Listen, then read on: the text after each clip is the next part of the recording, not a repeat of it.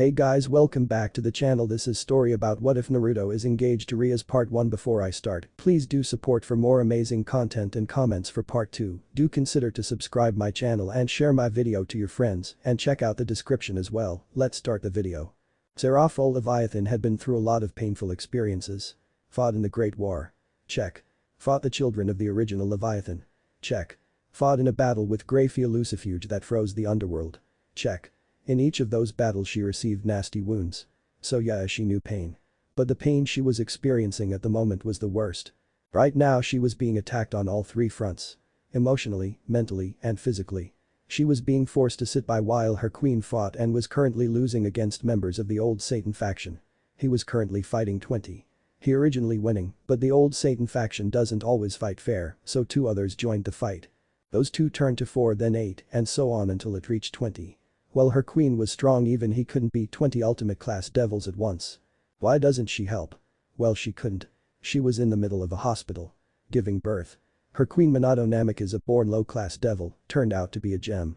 He was a genius with seals. She made him her queen and they became lovers. She was expecting a child. But when she started giving birth, an explosion went off in front of the hospital. Currently all of her peerage members were fighting, but they were heavily outnumbered. It would take a few minutes for Surziches to arrive with Graphia and Ajuka. But she was still giving birth, so she couldn't join the fight. When the battle started, they separated Minato from her peerage. They put him in an isolation field where he couldn't use his spells, and they have been battling.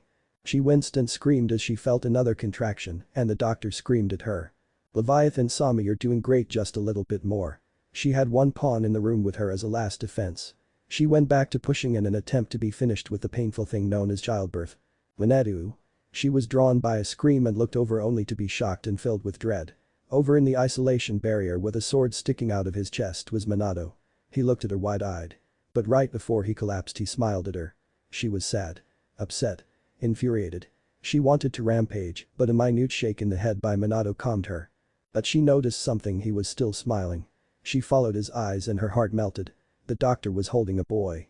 The boy had the Citri's black hair, but it was spiked like Minato's. His face looked like hers, but he had Minato's eyes.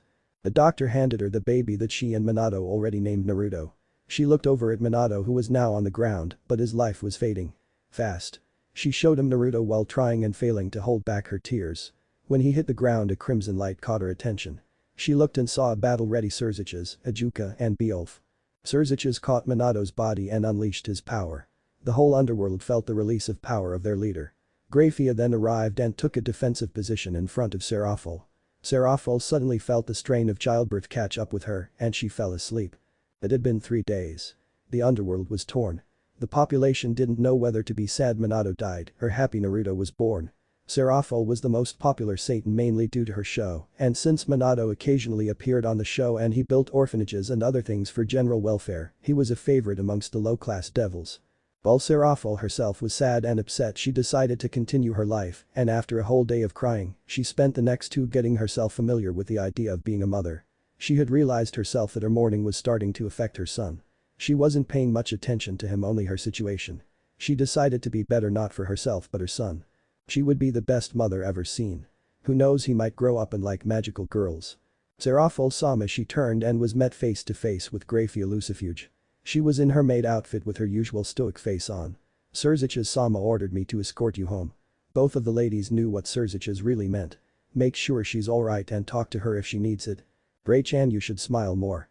The strongest queen was surprised at first by the childishness in her voice. She had expecting Seraphol to be in a shell, but that sounded like the old Leviathan. But Graphia also noticed the pain in her eyes. So she cracked a smile for the grieving mother. The reaction was almost instant. Seraphol grabbed Graphia and started swinging her in the air before slowing down and looking her in the eye with a sad smile. He's really gone, isn't he, Gray-chan? The sorrow in her eyes overwhelmed Graphia's senses, who then hugged Seraphol tightly like 2 sisters. Yes, he is, but at least he left behind Naruto-chan for you. Yay, that lazy no good left behind poor Naru-chan and is making Leviathan do all the work. Seraphol jumped around childishly as Graphia sweat dropped. And, she's back. Leviathan Sama, it's time for us to go. Graphia motioned towards the door. When she turned to start walking, she was stopped by the Leviathan's voice. Graphia, thank you. Seraphol got up to follow her. Time skip 9 years. Naruto? The angry voice of the 9-year-old Citri clan heiress rang out. Sona ran through the Citri mansion chasing Naruto while blushing heavily. The boy in question was running away while laughing and barely keeping himself upright. "You stole my first kiss. So Tan, I didn't know you loved me that much." Naruto spoke in a cheery tone while blushing.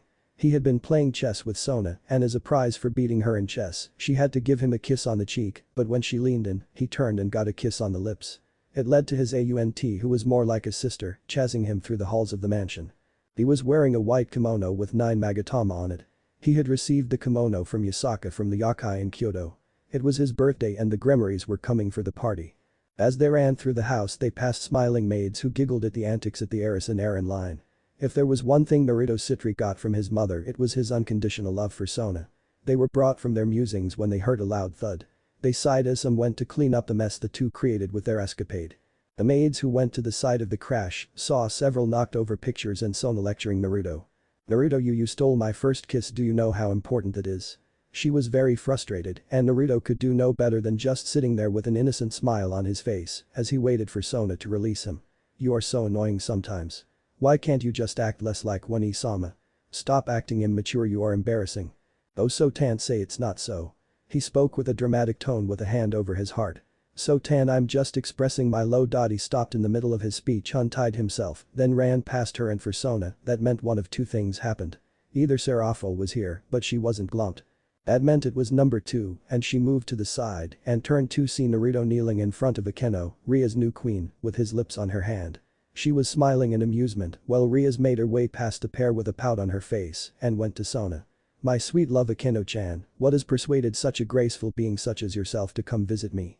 Naruto-sama, you flatter me." Akeno spoke with a blush while she put her free hand on her cheek as she stared right at Rias, who looked back jealousy. "Maybe I should visit more, but I don't want you to get tired of me." "I could never get tired of a goddess such as you. There is not many who can look as stunning and perfect as you." As the two continued their dramatic conversation, Ria's aura began to pick up around her and Sona wisely took a step back. "Akeno, I would appreciate it if you didn't flirt with my Naru-kun. And Naru-kun, I would appreciate it if you didn't flirt with my queen." By the end the hall started shaking and Sona sighed. Why does he always rile her up when he sees Akeno? Sona walked away to find her new queen Tsubaki before preparing for the party. After a few minutes, a lecture about fighting indoors, a lot of effort from the maids, and a few issues that arose at the main party for Naruto, we have gotten to the part of the day when he opens his gifts. From Sakura he received a book on peerages, from Rias and Akeno a very controversial kiss, and Sona a book on battle tactics, and from Ravel, he received a 10-year planner. He took all gifts to be put in his room, except for the planner that he decided to start on. The others watched as he put some scribbles down in his book. "Naruto-kun, what are you putting in there?"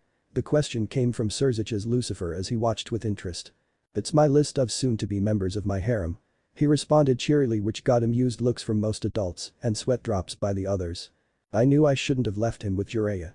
Serafal muttered, regretting her decision to let him around his grandfather alone. She then forced a smile on her face. "Who is in it?" First is Akeno, then Rias, then Yusaka-chan, then Sakura. All the girls mentioned blushed while the adult sweat dropped at the name Yusaka. "And last in my harem is Grafia-chan." He roared to the heavens and closed the book, not seeing the shocked looks on everyone's face, especially Grafia. He stood up and pointed at Surzich's with fire burning in his eyes. "Mark my words, Nai-tan, by the time I'm grown up I'll have beat you around so badly that Grafia-chan will have to recognize my greatness." The room was deathly quiet at his announcement. That is until Surzich's barked out in laughter. Ara Naruto-kun to try and steal my Grafia-chan from me. I'll have to step up my training so I won't lose to you then." Grafia, who was in her regular clothes as she had her day off, was blushing and couldn't decide whether to laugh or take his challenge seriously. "I look forward to our fight, Naruto-kun. But I won't let you take my Grafia-chan from me."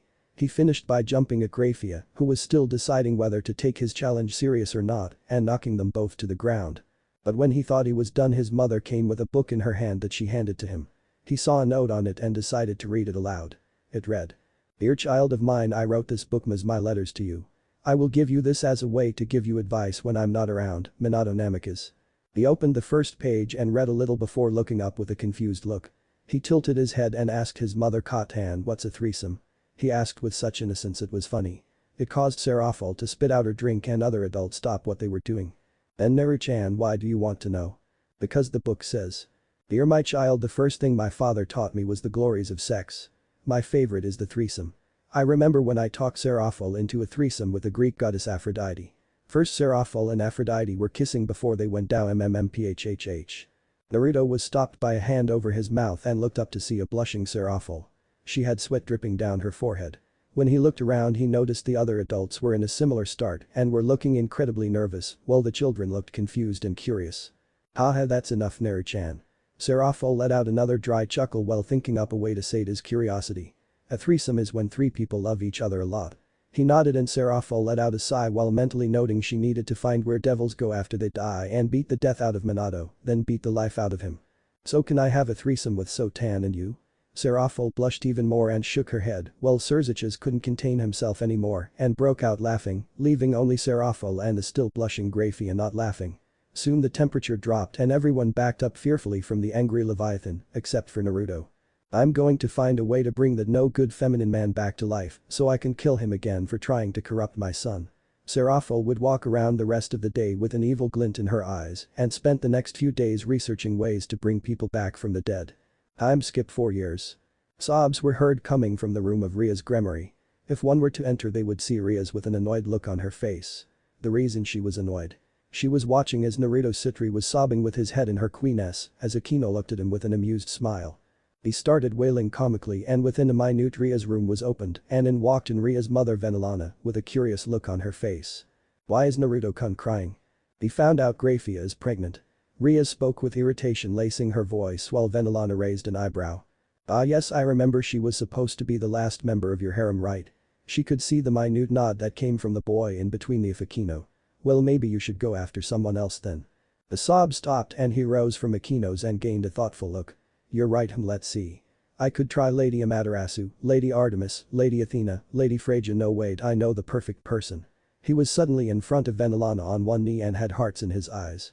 Venelana-sama, I'm sorry it took me so long to notice, but you look absolutely stunning, not a day over 20. To punctuate his words he kissed her hand. Her eyes glinted in amusement when she noticed Ria's look at her.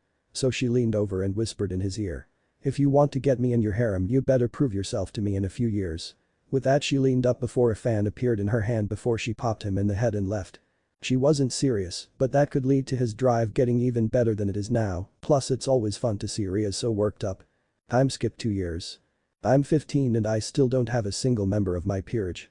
Now Kotan won't let me go to school in Kuo until I can find at least one peerage member. She doesn't even trust me enough to let me go peerage hunting alone.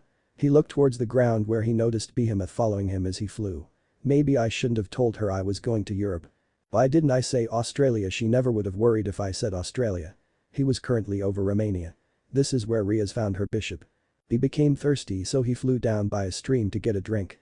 As he lowered himself he noticed Behemoth trying and failing to hide himself from Naruto. You would think she would use a more stealthy member to spy on a censor. As he continued to drink his water he suddenly stopped when he felt several dark auras. Almost as dark as that of a devil. Must be a vampire. He shrugged and continued to drink. If they came to him he would just explain his case and if they became aggressive Behemoth would back him up. When the presences entered the clearing he was met by a girl who looked a few years older than him, chased by other men, and she had a horrified look on her face. She continued running and he could hear the shouting from where he was. Valerie-sama, stop this madness. Stop making this hard. Their powers are needed, come back. The woman kept running. When she reached a few feet in front of Naruto she started stuttering, obviously winded, but he could make out one word in her Romanian. Help. Naruto might not have wanted to get in someone else's business, but he didn't like a bunch of men forcing a girl to do anything. Naruto stood in front of her protectively as the men came closer. He saw the hidden Behemoth shifting his position and the men came to a stop before they shifted into a fighting stance. One walked forward and flashed him a smile before speaking. Young man, we would appreciate it if you gave Valerie-sama back. She belongs to us and she is needed. Instead of moving like he thought, Naruto lowered himself and summoned 2 kunai made of ice and held them reverse style. His eyes flashed with anger as he stared at the men. The vampire looked annoyed. Well. I can obviously see the lady doesn't want to head back. The vampires flared their aura which Naruto replicated. His aura was massive and it engulfed that of the vampires, freezing them in place. When they regained their bearings they ran at him. He was forced to dodge a swipe of the lead one's claws by crouching low and flipped to the left to avoid a kick. He continued to flip and dance around the vampires' attacks in an attempt to test their power level and anger them. Once he saw the vampires lose their cool he decided to strike back. He rushed at them and right before he reached them he skidded on his knees while dragging his ice kunai on the ground, leaving a thin trail of ice. To the surprise of the vampires and Behemoth, the ice started to rise until it was 8 feet tall before spreading. The ice completely surrounded 2 of the vampires in the blink of an eye. When he turned to look at the cages he noticed the 2 vampires were slowing down and smirked. He looked around for the other vampire but suddenly felt something bore deeply into his arm. Looking down he saw the vampire's arm embedded in his arm and tearing it off. Naruto cried out in pain and dropped to his knees. Behemoth suddenly shot out and stood protectively in front of Naruto. Naruto though got back up and shot Behemoth a look that said stay out of it. A sneak attack? Or did you just sacrifice your comrades? What comrades? Those 2 were weaklings and them getting caught in your attack allowed me to rip this off. He held up Naruto's arm before sinking his fangs in it and drank all the blood in his arm. Oh, the son of Leviathan. Who cares though? The vampire smiled and ran to Naruto and swiped at him again, this time his face. Before his swipe could reach the ice that formed a cage around his fellow vampires, shot chains of ice out. The chains caught the vampire around the neck and tightened until he fell asleep before all the ice around the vampires turned into water and went into the stream. Naruto turned to face the girl he fought for to see her looking at his arm and chanting something. When she was done chanting, Naruto was shocked when a golden cup came out from her hand and he felt magic course through his body before his arm regenerated. He looked back at her with wide eyes as she gave him a small smile. Who are you? And why were they chasing you? I am Valerie Teeps. She suddenly shot up and hugged Naruto. Thank you. They were guards that wanted to use me for my sacred gear. He nodded at her explanation. It was common for those with sacred gears to be forced to do things they didn't want, unfortunately. But now thanks to you I'm free. Where will go now?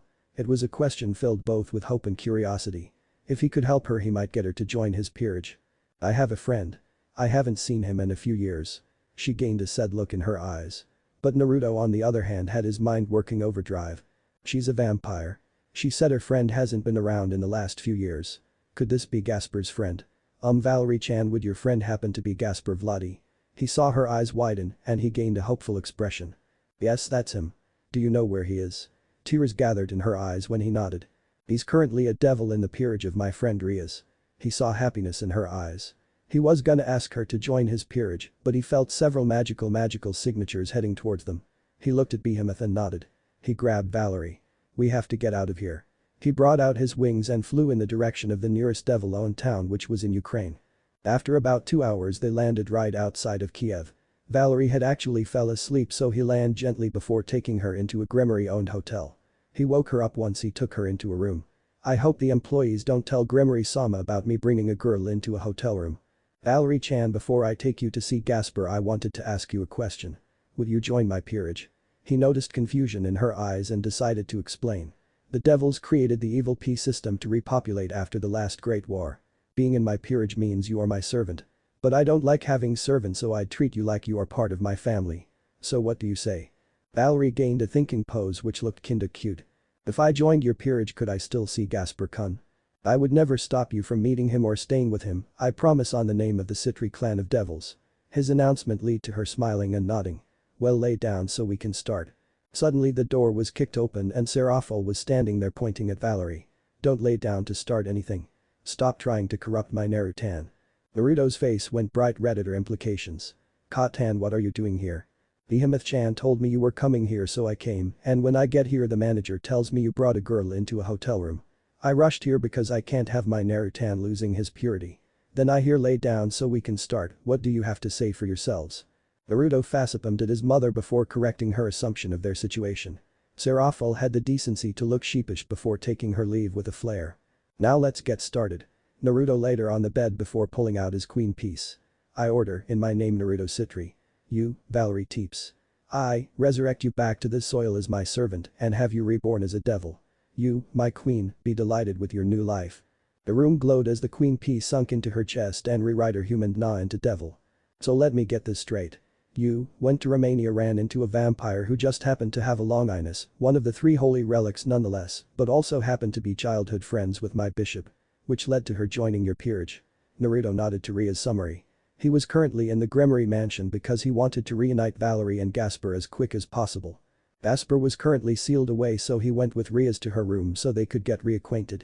Next time you find a longinus user, let them join my peerage. You always get Luke. Rias was cut off by the door opening. She turned and was met with Akeno, her queen, standing in the doorway. Suddenly Naruto was in front of Akeno on a knee holding her hand. "My lovely Akeno-chan, how glorious it is that you grace us with your otherworldly beauty." Naruto started kissing her hand and Akeno started giggling at the son of Leviathan. Rias on the other hand was behind the two, had her aura surrounding her. Naruto-sama, how about we head to my room and continue our fun?" Akeno spoke in a sultry tone while looking straight at Rias. "As much as I would love to join you and bask in your beauty, I cannot. I have to leave for the taping of Miracle Leviathan. It's my last appearance as the Sage of Six Paths for a while, since I'm going to school with you guys now." He stood and gave Akeno a kiss on the cheek, causing Rias to fume even more before he went over and did the same for her, calming her a little bit. As he closed the door to leave, he heard an explosion and the sound of fighting. Sighing, he walked down the halls of the Grimmery mansion towards the main room. He saw Graphia and walked over to her. "Graphia-chan, I have to leave now. I might not be back tonight, so in about an hour or two can you send my queen to the Citri mansion so I can get her situated?" "Very well, Naruto-sama." The silver-haired maid spoke in a monotonous voice. She turned to make her leave before she felt a pair of lips on her cheeks. When they were removed, she turned to see Naruto activating his teleportation magic. "See you later, Graphia-chan." With that he left. Graphia turned to go back to doing her job and no one heard her murmur. "At least he isn't clingy like his mother. Narutan, don't forget to call and watch over Sotan." Naruto was standing in front of his mother Seraphol Leviathan as she very childishly went over her goodbye speech.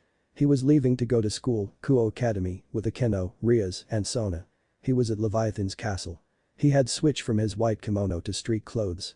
While Sona and Rias were bringing their peerages who would live with them, Naruto only had Valerie, but she was going to remain sealed with the ever-shy Gasper in his sealed-off room. So they would be in houses, he would live in a studio apartment at least for now. He was pretty sure Surziches was going to do something that he didn't want to his house. As his mother brought him out of his musings by pulling him into a hug. He went wide-eyed when he felt tears dripping on his shirt. "I know that you have grown up, but I can't but see you as my baby. You were my first child and possibly my only. As much as I trust you to do the right thing, you are my kid, so I always worry. I might not see you for months, but remember to call, okay?" He felt her wipe her eyes and look at him with a proud smile on her face. He gave her a smile of his own. Her voice and face went back to that of her childish side. "This might be our best mother-son moment since you used your ice for the first time, or your first time on Miracle Leviathan. Maybe we should shoot our show in the human world next." Naruto deadpanned. "How do you go from serious to speaking about the show that fast?" He gave her a hug before activating his magic circle. He saw her wink and shoot a star made of ice at him from her staff. "Valerie-chan, hurry up. We might miss the festival." Naruto whined for what seemed to be the 1000th time. He was currently in his house. It was the day before school started and he was going to a festival in town. He was dressed in a light blue kimono with a tan sash wrapped around his waist. Naruto-kun, the affectionate suffix filled him with joy. He hated when she tried to call him San or Sama. Why are we going to a festival anyway? She didn't want to go. It wasn't that she didn't like Naruto, but she was playing with Gasper when Naruto told her they were going to the festival. She walked out of the bathroom in the house. She had her blonde hair done in a bun with a few strands sticking out. Her kimono was white with flower petals that were the same red as her eyes. Her sash was red as well, and if Naruto had to say anything, it was beautiful. "Naruto-kun, Naruto-kun, Naruto-kun." She was snapping her fingers in his face to get a response. "Yeah, yes, Valerie-chan," he responded with a small blush on his face. "I asked why do I even have to go to the festival?" "Oh, that. I'm pretty sure you said you didn't go out much when you were still with the vampires, right?" She nodded, a bit hesitant. Her time with the Teeps was a sore spot for her. "Well, I'm gonna take you out so you can see what you were missing. Besides, it's the spring festival. This is seen as a time of rebirth, renewal, and a time of new beginnings. Besides, what a better way to show you how much I appreciate you than with a date." As he finished, he suddenly grabbed her hand and pulled her towards the festival. Fortunately, for Valerie at least, he never noticed the blush that was on her face. Time skipped 2 years. Naruto was bored out of his mind. He was currently in class with Sona, Rias, Akeno, and Tsubaki. He knew all the content and would probably ace any test he was given. The problem was Sona was in this class. If he fell asleep, she would make him take remedial class. As much as he loved spending time with her, he didn't like how serious she was. He tried to be sneaky one time and cast an illusion over himself, but she noticed and made him study the whole night. Suffice to say, he has stayed awake all classes since. They were currently second-year students. All 5 of them were at the top of their class and were idols of the school. Rias and Akeno were the sophisticated 2 Great 1E Samas, while Sona and Tsubaki were the student body president and vice president. He was just Naruto. No special titles, just Naruto, or at least he wished that was the case. He hated when they tried to call him Prince or Naruto-sama, it made him feel like a prick. This was the last week before the final exams and they left for a short spring break before the new year. He was planning on going peerage hunting. Sona and Rias both claimed the two students with sacred gears at the school, so he was left looking in another area for members. The only problem was he had promised to play the Sage of Six Paths for a new movie for Miracle Leviathan during the break, so he would be hunting in the underworld. Maybe if he was lucky he could get a devil from the extra houses who wanted to work with him. He was brought from his musings when the bell rang, signaling the end of class and school by extension. Rias and Akeno would go to the old school building for the occult research club, Sona and Tsubaki had student council, and Naruto would go to his afternoon job. One might ask, why does the son of Leviathan have to work? Naruto would simply reply, it keeps me occupied until Sotan can come home. Yep, Naruto still had a nearly unhealthy amount of love for his aunt. He wasn't allowed to show it at school because Sona would throw a fit. Naruto Shitori and Sona Shitori were nephew and aunt. The whole school knew, but with the way Sona treated Naruto at school just made her popularity rise. She was called fair because she treated him like she treated any other student at school. It also helped that she would discipline him if he got too Naruto-ish. Naruto began to walk to go to work when Sona stopped him. He began to perk up until Sona deflated him by calling him Naruto-san. His world felt like it crashed. The other students watched as he frowned at Sona on the inside, though he was crying. You seemed to space out in class. He suddenly started sweating. Maybe you could not understand and are in need of remedial classes. No, Sona-ch, he started only to be stopped by a hard glare. It's almost like she's piercing into my soul. But she's just so cute. Sona-san, I understood perfectly fine. Are you sure? Exams are coming up and I would hate to see you fail because you spaced out in class. Off to the side, Akeno and Rias were giggling at the duo's antics. It happened every time around test time. Sona would never admit it, but this was her way of worrying for him. She's such a tsundere when it comes to him, and saw Maria's eyes glinted in amusement before she and Akeno left for the clubroom, leaving the aunt and nephew to bicker. Studying is important, especially during exam tea. She was cut off as Naruto suddenly grabbed his bag and ran. No way am I dealing with that. Sitting through regular class is enough. I'm skipped 2 weeks. Finally done with exams. Naruto spoke as he walked home. He was by himself as usual. Sona had paperwork to get done since it was the end of the school year and she needed to prepare for her campaign next year. Rias on the other hand was going to her club to finish her last report on the occult before her deadline. He on the other hand was going home to start preparing for his trip to the underworld for the spring break. Valerie would go with him this time, unlike last year. Speaking of Valerie, her Gasper moved in with him. Yep, it surprised him too. He fell asleep and awoke to a 4-story house. Valerie and Gasper were moved in with him and Gasper was once again put in a sealed room, not that he was complaining. Turns out his grandparents maternal wanted him to move into a house befitting the son of Leviathan. Luckily his mother was able to get them to tone it down. Instead of his house being a castle that dwarfed all of Kuo, it was instead a 4-story house with 10 bedrooms, a few bathrooms, a full-size hot spring, a giant garden, an indoor pool, and 2 basements. Gasper still dressed like a girl too, so he bought him and Valerie the same thing just in a smaller size. Valerie was going to go to the underworld with him. She still hadn't met his mother. Strange considering he absolutely adored his mother, especially her antics. So she would get to go behind scenes and watch the filming of Miracle Leviathan. Return of the Sage. It was the most anticipated movie in the underworld in years since the release of Sage of Six Paths. The Priestess's Storm, his first film as the main hero. Rias is still mad he got Akeno a spot in his movie and not her. As he neared his home he paid more attention to his surroundings after feeling what felt like holy energy before it disappeared and he continued walking. Behind a lamppost a tall woman with the wings of a fallen angel let out a sigh in relief when he walked away, believing he was totally oblivious to her presence. It would not do her and the others any good if they were caught this early on in their plan by the devils. Naruto Serafal shot like a rocket towards her son as soon as she saw him. The director yelled at the top of his lungs with a twitching eye.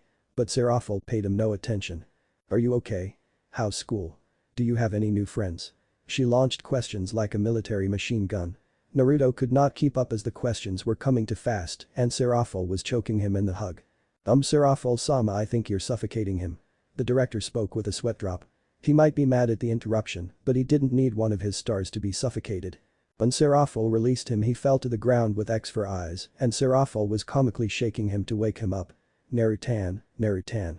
Maybe I should give him a kiss, it always woke him up as a kid. Seraful kept mumbling over Naruto, even though everyone could see he was still breathing, just passed out. When she got up, she carried him with magic to one of the couches, with an overwhelmed Valerie behind them. When Seraful saw her, she leaned in and with a pout looked her up and down. Is she trying to be intimidating? Was the common thought of everyone watching their transaction. You're Narutan's queen, huh? It was more of a statement than a question, but her voice sounded more defensive than anything. Valerie merely nodded at the strange devil. Everyone facifaulted when Seraful grabbed Naruto by the head and woke him up before hugging his head tightly in her while pouting and glaring at the confused queen. Well, no matter who you aren't taking away my Narutan. Stare. Stare. Leviathan saw me, you're suffocating him again. The director's voice cut in, stopping the staring contest between the Leviathan and the still confused queen. True to his word, Naruto's face was blue and he was passed out again. Ah, Narutan. Everyone sweat dropped as they watched a current Leviathan fuss over her son that she knocked out. Then again, it's always fun when they are together. The director couldn't help but smile at the nostalgic scene before him. Leviathan-sama, he's not dead. Let's try and get done with these next few shots while he sleeps. The director looked at her cautiously. After all, you aren't supposed to separate a worried mother from her child. Especially since this mother could kill him thousands of times before he could even blink. Seraful looked between Naruto and the director. This went on for a minute and the crew was on the edge of their seats. Would she pick her son or the film? She leaned down towards Naruto and most of the crew thought they would have a long break. But that thought process stopped when she kissed his forehead. Big boys need their sleep. She ran back to the set to finish her scenes before Naruto would join in. Naruto was taking a walk in the underworld through the forest in Citri territory. He had just passed a small forest he used to train in when he was a kid. He had been in the underworld for hours and decided to walk around after his shoot and involuntary nap. He wanted to come here because he hasn't come since he was a kid. He used to come here every day, but not to just train. There was this black cat that would sit and watch him, so he would bring food for it, but one day it stopped showing up and soon so did he. He would come here after stories his grandfather told him. He still remembered his favorite. Flashback. Hirojiji, tell me a story. A 5-year-old Naruto pleaded using the thrice-damned godforsaken puppy eye jutsu. The victim was his grandfather. His grandfather was a tall man. 6 tall, he had white spiky hair that went down to his mid-back. He had red markings on his face and always wore a headband that says oil in kanji. This was Jiraiya, the father of Minato Namikaze, husband of Tsunade Senju, one of the users, and first known master of the Twilight Healing Sacred Gear, as well as a devil reincarnated by Lord Citri, and an Ararian. He was the really great-grandfather of the former supreme commander of the Nura clan that rules the eastern yokai in Japan. He lived long because Tsunade revived him as a devil when she became high class. He fell in love with his wife because of Tsunade's assets, but in the end his love for her turned true. Very well, Gaki. Which one? Oh, maybe I should tell you how I wooed Grandma. Naruto nodded. Well, it started about 2,000 years ago. I saw her. Jiraiya started drooling only to go flying into the ground after being punched by Tsunade. Stop trying to corrupt my grandson. Tsunade had a tick mark and her eye was twitching furiously. I'm going to make lunch. His mother is already complaining about him trying to woo the maids. She muttered the last part as she walked into the kitchen. Jiraiya appeared out of thin air and calmly walked back to the couch. Now where was I? Ah yes. I saw Haim and decided I was in love with her. It was love at first sight. But she assumed I was a no-good yokai who only cared for Appai and leeching off other people. I was right about both of those. Thank you, Haim, for the input. But yes, I followed her. She wouldn't talk to me for anything other than to tell me to leave her alone. So I did what was best for both of us and left with the promise of coming back for her. So I did. We didn't meet for another 5 years, but she was still lovely and single. So I followed her again. When I found her next, she was trapped in a cave with 4 fallen angels trying to bring it down. She was injured and they were planning on killing her. So I released my pressure and all of them stopped their attacks. They turned to me slowly and fearfully. And one of them asked. Who are you? And I properly responded by saying I am the gallant Jiraiya who has come for his bride. They were completely scared. I think one even shit himself. Stop cursing around him, you perverted sack of bones. Tsunade yelled from the kitchen. It's like she hears everything, Jiraiya muttered in a whisper. That's because I do. Troublesome woman. Do you want to sleep on the couch and I don't give you a treat for the next year? No, Haim, anything but that. And behave. Naruto was cracking up. His grandparents were always strange and it was funny. But he wondered what this treat that his grandmother used to threaten his grandfather. Now back to the story. One of the braver Follins created a light spear and threw it. But the moment they felt my pressure, they were already caught in my fear. They couldn't see me, just my illusions. And I promptly cut all down. Following your grandmother's rescue she fell in love with me and about 1,000 years later we had you dad who in turn rescued your mother from a kidnapping or something and fell in love with her and a few hundred years later had you. Maybe you'll continue the tradition of rescuing stubborn women and marrying them. Flashback end. He was only a quarter yokai and 75% devil, so he never really trained in chakra nut. His grandfather said his yokai power alone would be as strong as an ultimate class devil if he trained in and mastered them because of his devil blood augmenting its powers. He just never decided to increase his abilities. After all, being a Satan was not his dream. He was going to help Sona with her school and create a peace throughout the world like his grandfather said he wanted to. He was brought from his reminiscing by the sound of rustling leaves. He looked in the direction of the rustling and was surprised when a miniature dragon appeared. It was grumbling, but Naruto could understand everything it was saying, only minute things like father and comparisons. The dragon seemed to notice Naruto because it stopped. It grew in size until it was around 9 to 10 meters tall. He suddenly looked sharp as it turned to Naruto. "Who are you? Did Toussaint send you to find me?" the dragon asked angrily. When Naruto was about to correct him, a fireball flew his way. He was forced to jump back to dodge. "Well, tell them to leave me the hell alone." When Naruto didn't move, the dragon flew straight at him. The dragon punched forward towards Naruto but came up with nothing but air as Naruto had sidestepped the attack. "I don't know who this Toussaint is, so stop attacking me," Naruto yelled, trying to get control of the situation. "Don't lie to me. He sent you." The dragon breathed in, preparing to shoot a fireball. "Shit." Naruto started chanting a water spell. If a fireball was launched from here, a forest fire might start and there was a village nearby. The dragon launched a fireball towards Naruto. Naruto watched as the inferno got closer before launching a spell that hit the all in the middle, stopping its march but didn't completely put it out, causing it to fall to the ground, setting some grass on fire.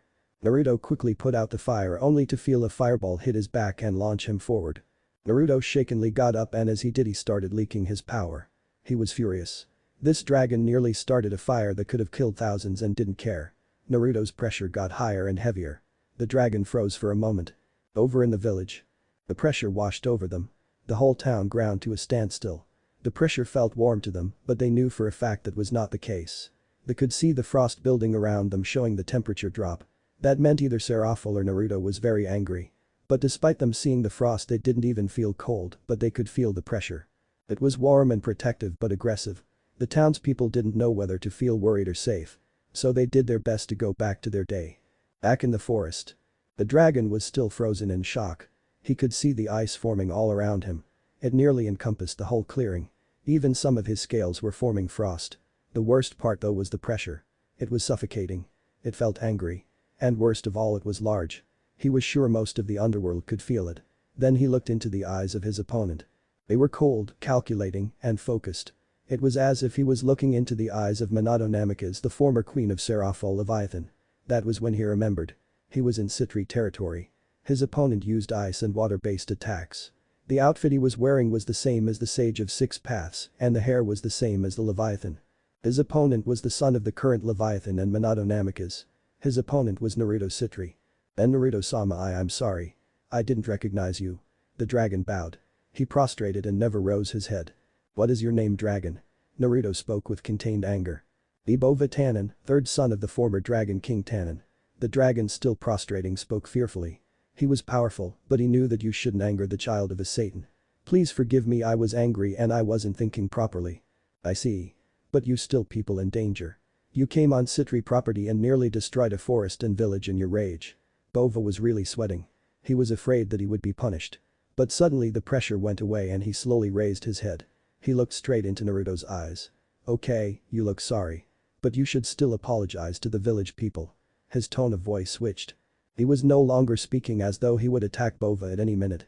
Will Naruto-sama. Bova sounded even more terrified, no doubt by how creepy his personality flip was. "Mama, do you have to call me Naruto-sama, can't you just call me Naruto?" "My apologies Naruto-sam." "Naruto, it's just I was taught to be respectful to high-class devils." He saw Naruto nod. Well, don't forget to apologize to the villagers. Ja-en. "Wait Naruto." Naruto stopped talking and retracted his wings. Looking expectantly at Bova. Bova bowed again, confusing Naruto. "Please allow me to join your peerage." Naruto was just standing there as if he didn't hear him. "I'm sorry, can you repeat yourself? I don't think I heard you correctly." "I asked if I could join your peerage." "Why?"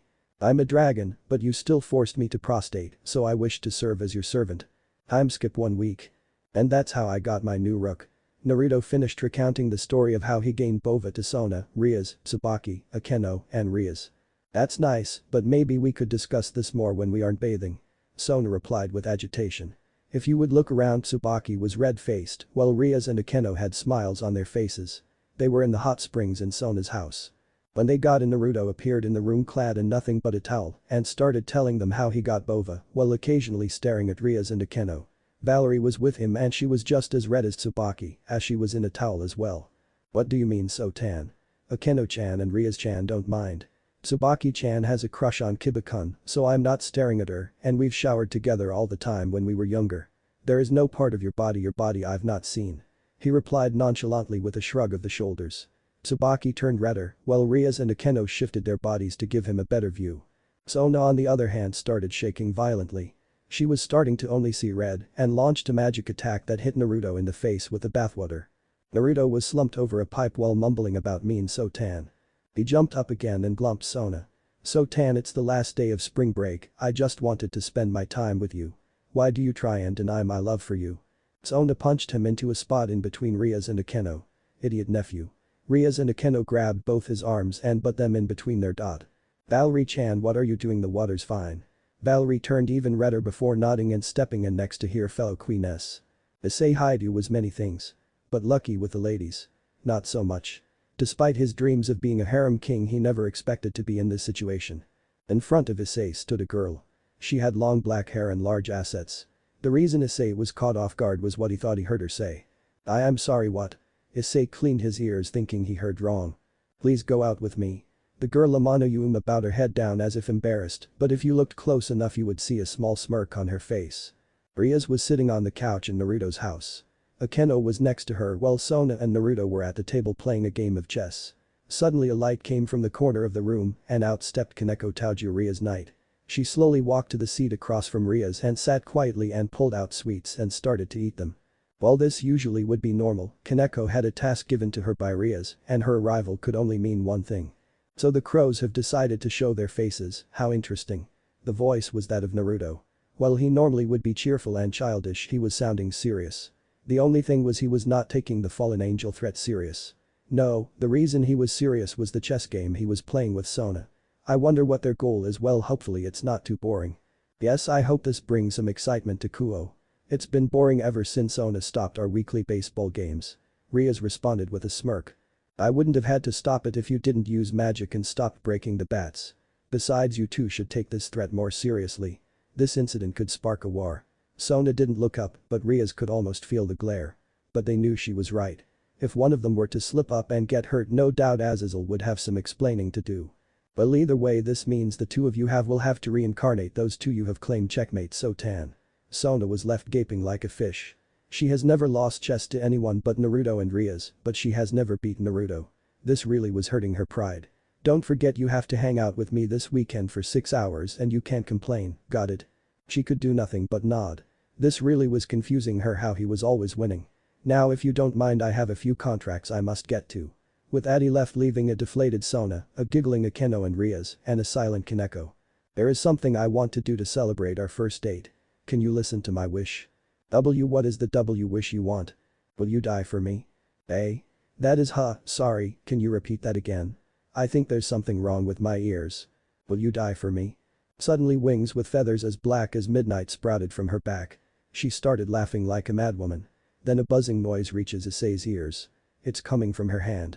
When he looks, he sees a spear. She raised her arm and with a whoosh the spear was launched at Issei. When he looked down, the spear had already pierced his stomach. You were a threat to us. If you want to blame someone, blame God. He's the one that gave you the sacred gear. Sacred what? Issei brought his hand to his stomach and then back to his face. It was coated in the crimson liquid known as blood.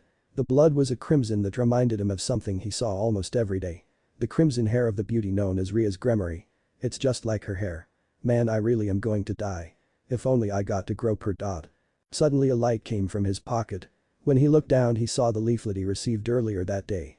As he continued his dying thoughts, the light of the leaflet grew brighter and brighter, and Rias Gremory appeared from the light.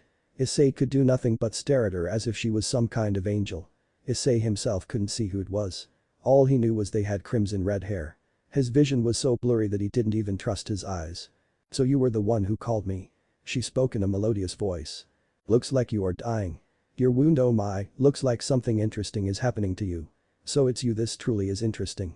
She's laughing as if she found something interesting. If you are dying, then I'll pick it up. Your life, that is. From now, you will live for me. But that he blacked out. Naruto came out from behind the trees when she finished reincarnating him. Ara. You had such a lovely script prepared, maybe I should put you in a movie. His comment made her blush, but he couldn't see it since her back was toward him. Well, now you have another peerage member. I guess if you train him well enough he could help you with your problem. He noticed her nod, but she didn't take her focus away from healing him and cleaning the area before any humans noticed all the blood. I still don't see why you just don't let me handle him, but okay, have it your way. Good night, Rias-chan, I'll see you at school tomorrow. But that he left and returned to his house, but not before looking at the prone form of Issei. Things really will be fun around here. Aka. This is a matter of my pride as a devil, plus I can't have you doing all the fighting for me. Besides, my cute little pawn will do big things in the future. The next day Issei was walking home after part of a porn session with his friends Mitsuda and Motohama. He left because he felt something weird was happening with his body and it was confusing him. But he suddenly stopped. He felt as if someone was watching him. He turned and there was a man in a suit with a top hat staring at him. He felt his own body tremble as the man narrowed his gaze. The man spoke to him, but Issei was scared by him and didn't care for his words before taking off. Trying to run away. Who is your master?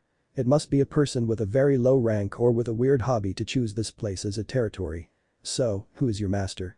He turned and entered a park. It was the same park that he went to with Yuma. The man he was running from him was behind him. Did you think I'd let you escape? That's why lowly beings are a pain to handle. Wings sprouted from the man's back and Issei suddenly felt a wave of deja vu hit him. Tell me the name of your master. It's a hindrance to get bothered by your kind. For that, we will wait. Are you a stray? If you have no master, then that will explain the worried expression on your face. The man summoned a spear made of light in his hand. If you are a stray, then there will be problem if I kill you. The man threw the spear and it pierced Issei through the stomach. Issei felt pain. It was unlike anything he felt before.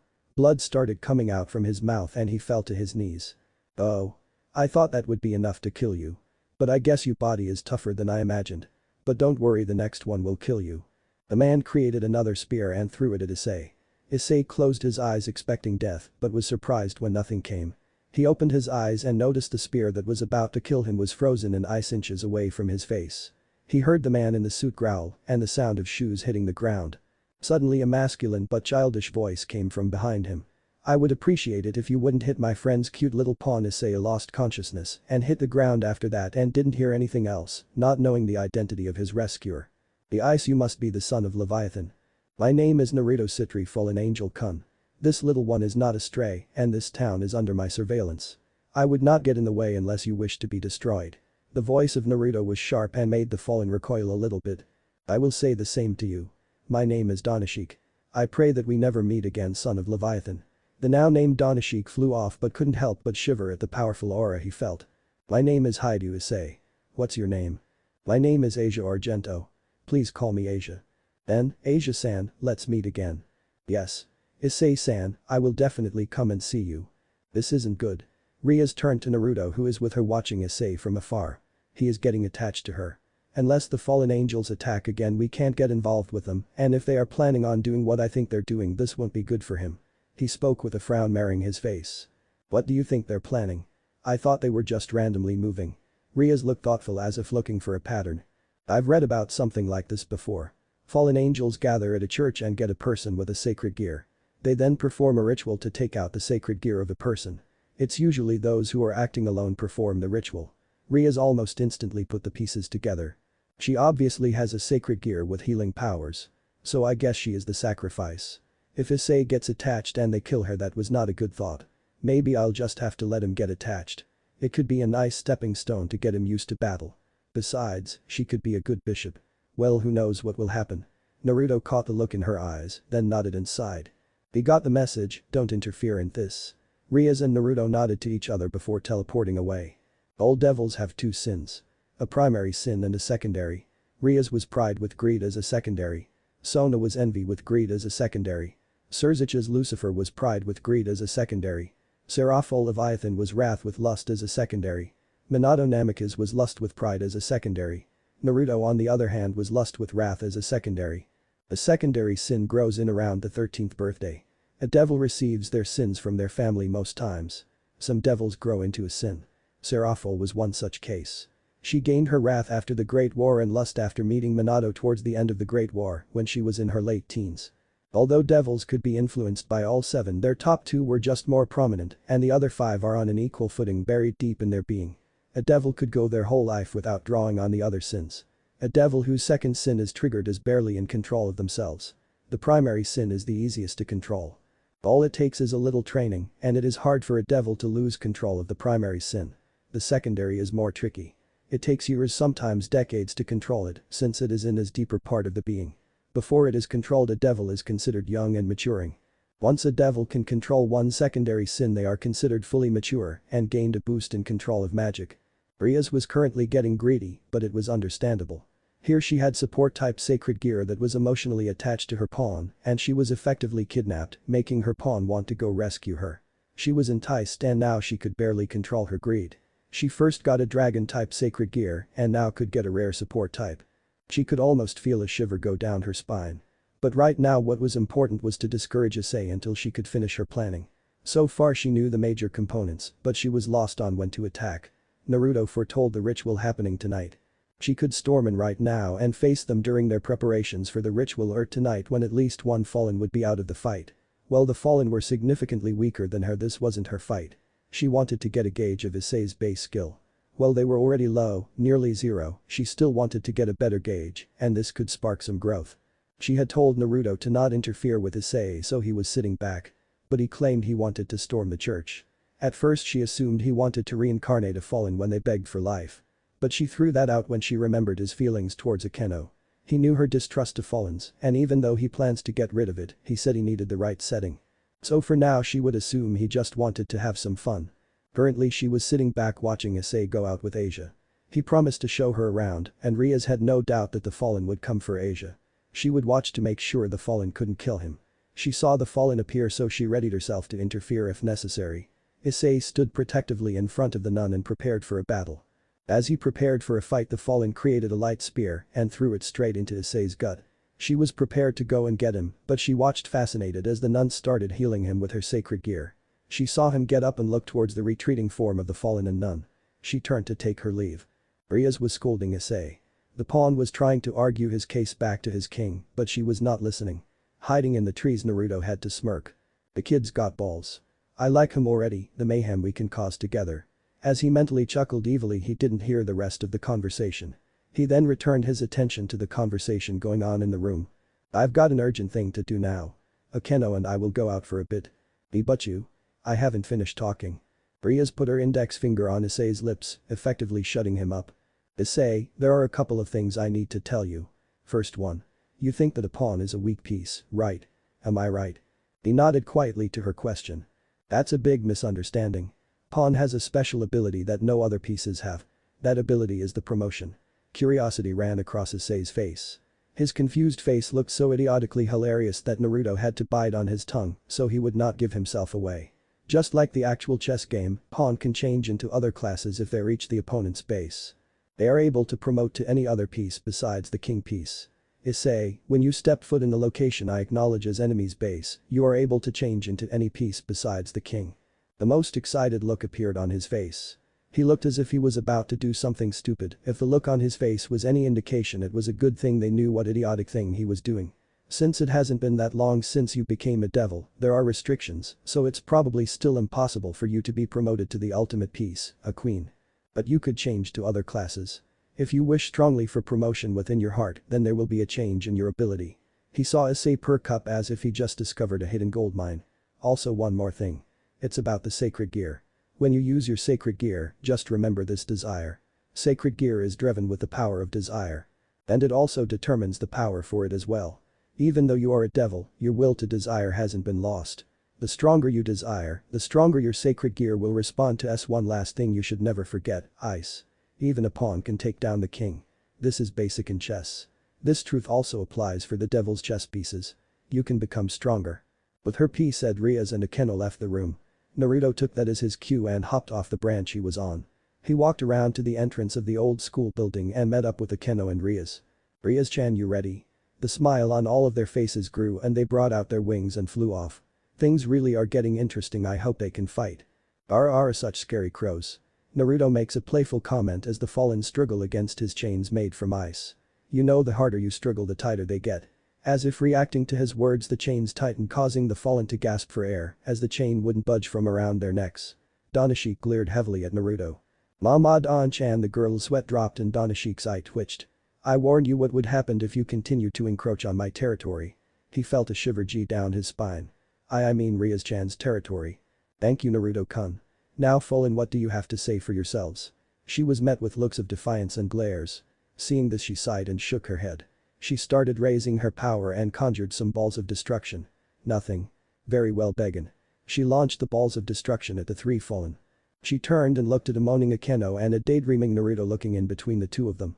She sweat dropped at their quirks, Naruto with his lust and Akeno's sadism. Now let's go see what my cute little pawn is doing. Akeno and Rias turned and saw Naruto bringing his wings back out. You're not coming with us? Rias asked with a tilt of the head. No. This is your pawn's trial. It's a peerage matter, I have no plans of interfering more than this. Besides, if Sotan sees I'm not home, she might freak out, especially on a school night. Rias had to stifle a chuckle at that. Even though they lived in two separate houses, Sona seemed to always know when Naruto was not in his house. They didn't know how, as she didn't tell, but that was until Naruto saw her familiar checking up on him at night around 11:30 every night they weren't together. I shall take my leave now. Oh, and don't tell Issei about me, I want to make my introduction fun. With that he laughed evilly and left. I think he's going to scar Issei for life. Rias had to shiver at the thought of Naruto's version of fun. The thought of Naruto's fun is so enticing. Akeno thought with a shiver, but her shiver was entirely different from Rias. Naruto entered the old school building heading to the orc room only to stop when he felt two presences. Normally he would just walk in, but Issei was in there and he didn't have time to finish his introduction. So he stuck to waiting for Issei to leave. He could tell Rias noticed his presence because she paused momentarily in her speech. But she recovered without Issei catching on. But you? If there is the same number of evil pieces as in chess itself, then it's possible to get 7 other pawns besides me, right? So will there be a day when another pawn besides me will join us? The perverted boy asked to his master. No, my only pawn is you, Issei. Naruto could almost imagine what thoughts were going through the boy's mind. It was probably along the line of this is a confession. There's a saying like this in the world of chess. Queens have a value of 9 pawns. Rooks have a value of 5 pawns. Knights and bishops have a value of 3 pawns each. Like this, there are standard values that also apply to the evil pieces. A similar phenomenon happens to those reincarnated. If there are those who can only be reincarnated with 2 knight pieces, then there are also those who need 2 rook pieces to be reincarnated. There's also the compatibility with the pieces as well. You can't use 2 separate pieces to give them different roles, so it's important to think how to use the pieces. Once you use it, devils won't be given a new evil pieces.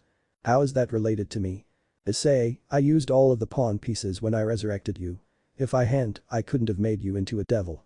I didn't know what made you worth 8 at first, but now I know it's the Longinus class sacred gear you possess. It is only the second Longinus I've seen, she muttered the last part, her voice full of jealousy, and Naruto couldn't help but silently laugh. What is a Longinus? Rainer said something similar. I didn't explain it, did I?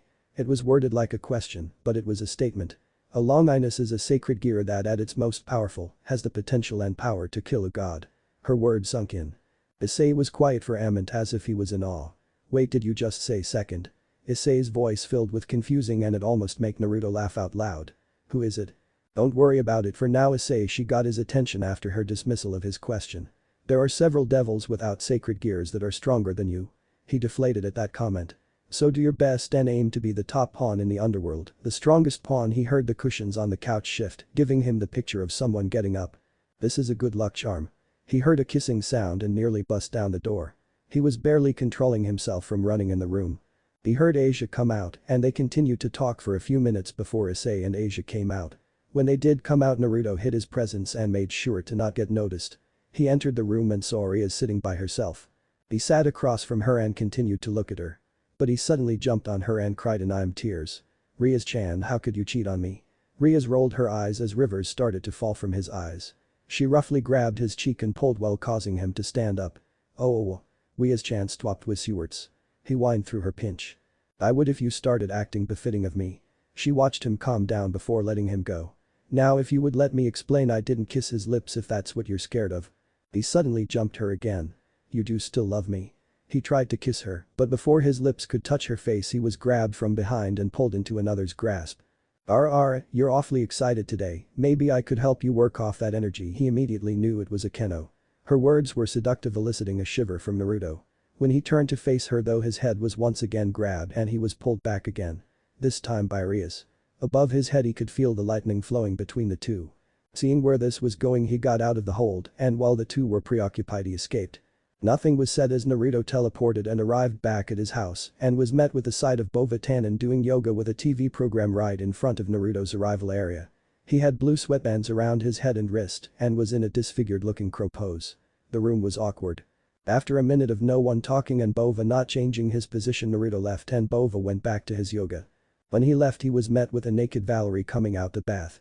Both of their cheeks turned red and Naruto looked away. His thought process: I might have a healthy appreciation, but I'm not a pervert. Irojiji is enough of a pervert.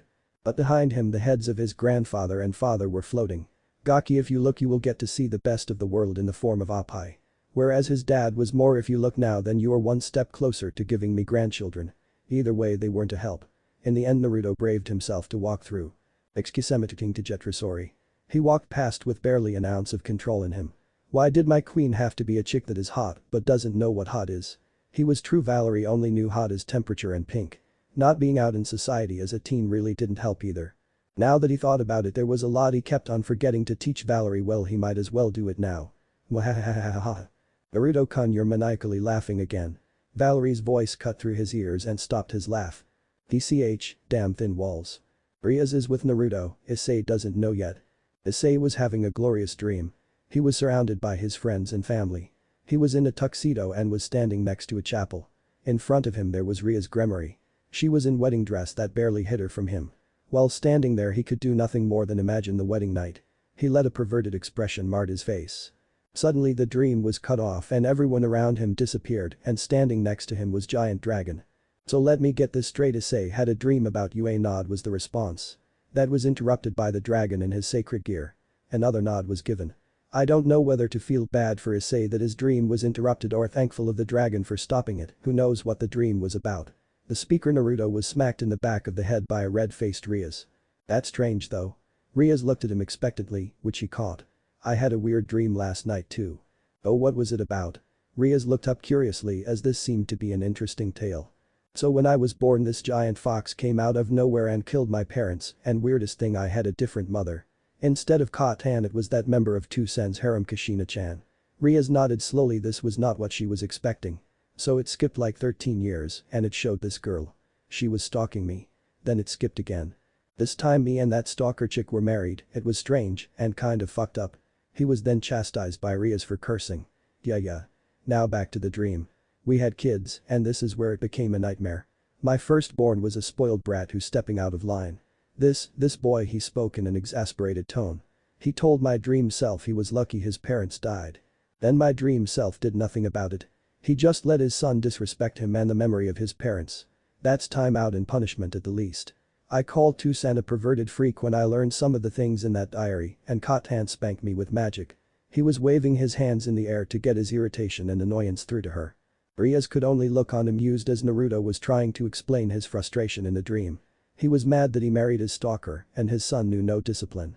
It was so cute how he looked like he was ready to explode. But she was getting tired of his antics. Naruto-kun. He stopped mid-rant and looked at her. Well, that's an interesting story. Shouldn't you focus on introducing yourself to my newer pieces? I could really use your help with training. She really did want his help. If anyone could motivate Issei into training it was Naruto. His words would motivate anyone and he mastered the teaching method of practical learning. Oh, I already have it planned for today. It will be a moment Issei never forgets. Mwahahahaha. Rias could only sweat drop and fear for her pawn and his psyche. But before she could question him the door was opened by Issei. Before he could react a giant pie slammed into his face and a bunch of screams, crashes and the sound of gears turning all echoed throughout the old school building. She did not want to know what happened to him. After all, only one person has come out of Naruto's greeting and hasn't been scarred. Suddenly a sneeze sounded through the room. Akeno came out of the back of the orc with tea. Was someone thinking about me? When she received no answer she just continued to place the tea down for Rias and Naruto. If you looked closely you would see a euphoric look on her face. Naruto's greetings just tickle me. She put a hand to her face and a blush spread out allowing Rias and Naruto to understand what she was thinking. Rias responded with a sweat drop in Naruto's smirk. Hiba and Kaneko emerged through the door with a battered Issei and a worried-looking Asia. Issei was covered in fake scales and had a fake dragon tail and wings sticking out of his back. On his forehead was a stamp that read property of Rias Gremory. And on his chest in blood red paint was the stylized words Naruto Citri was here. He had his eyes wide open and they were searching around the room as if he was still getting attacked.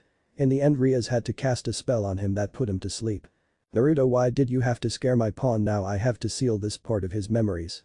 She whined as he gained an amused look at the scene.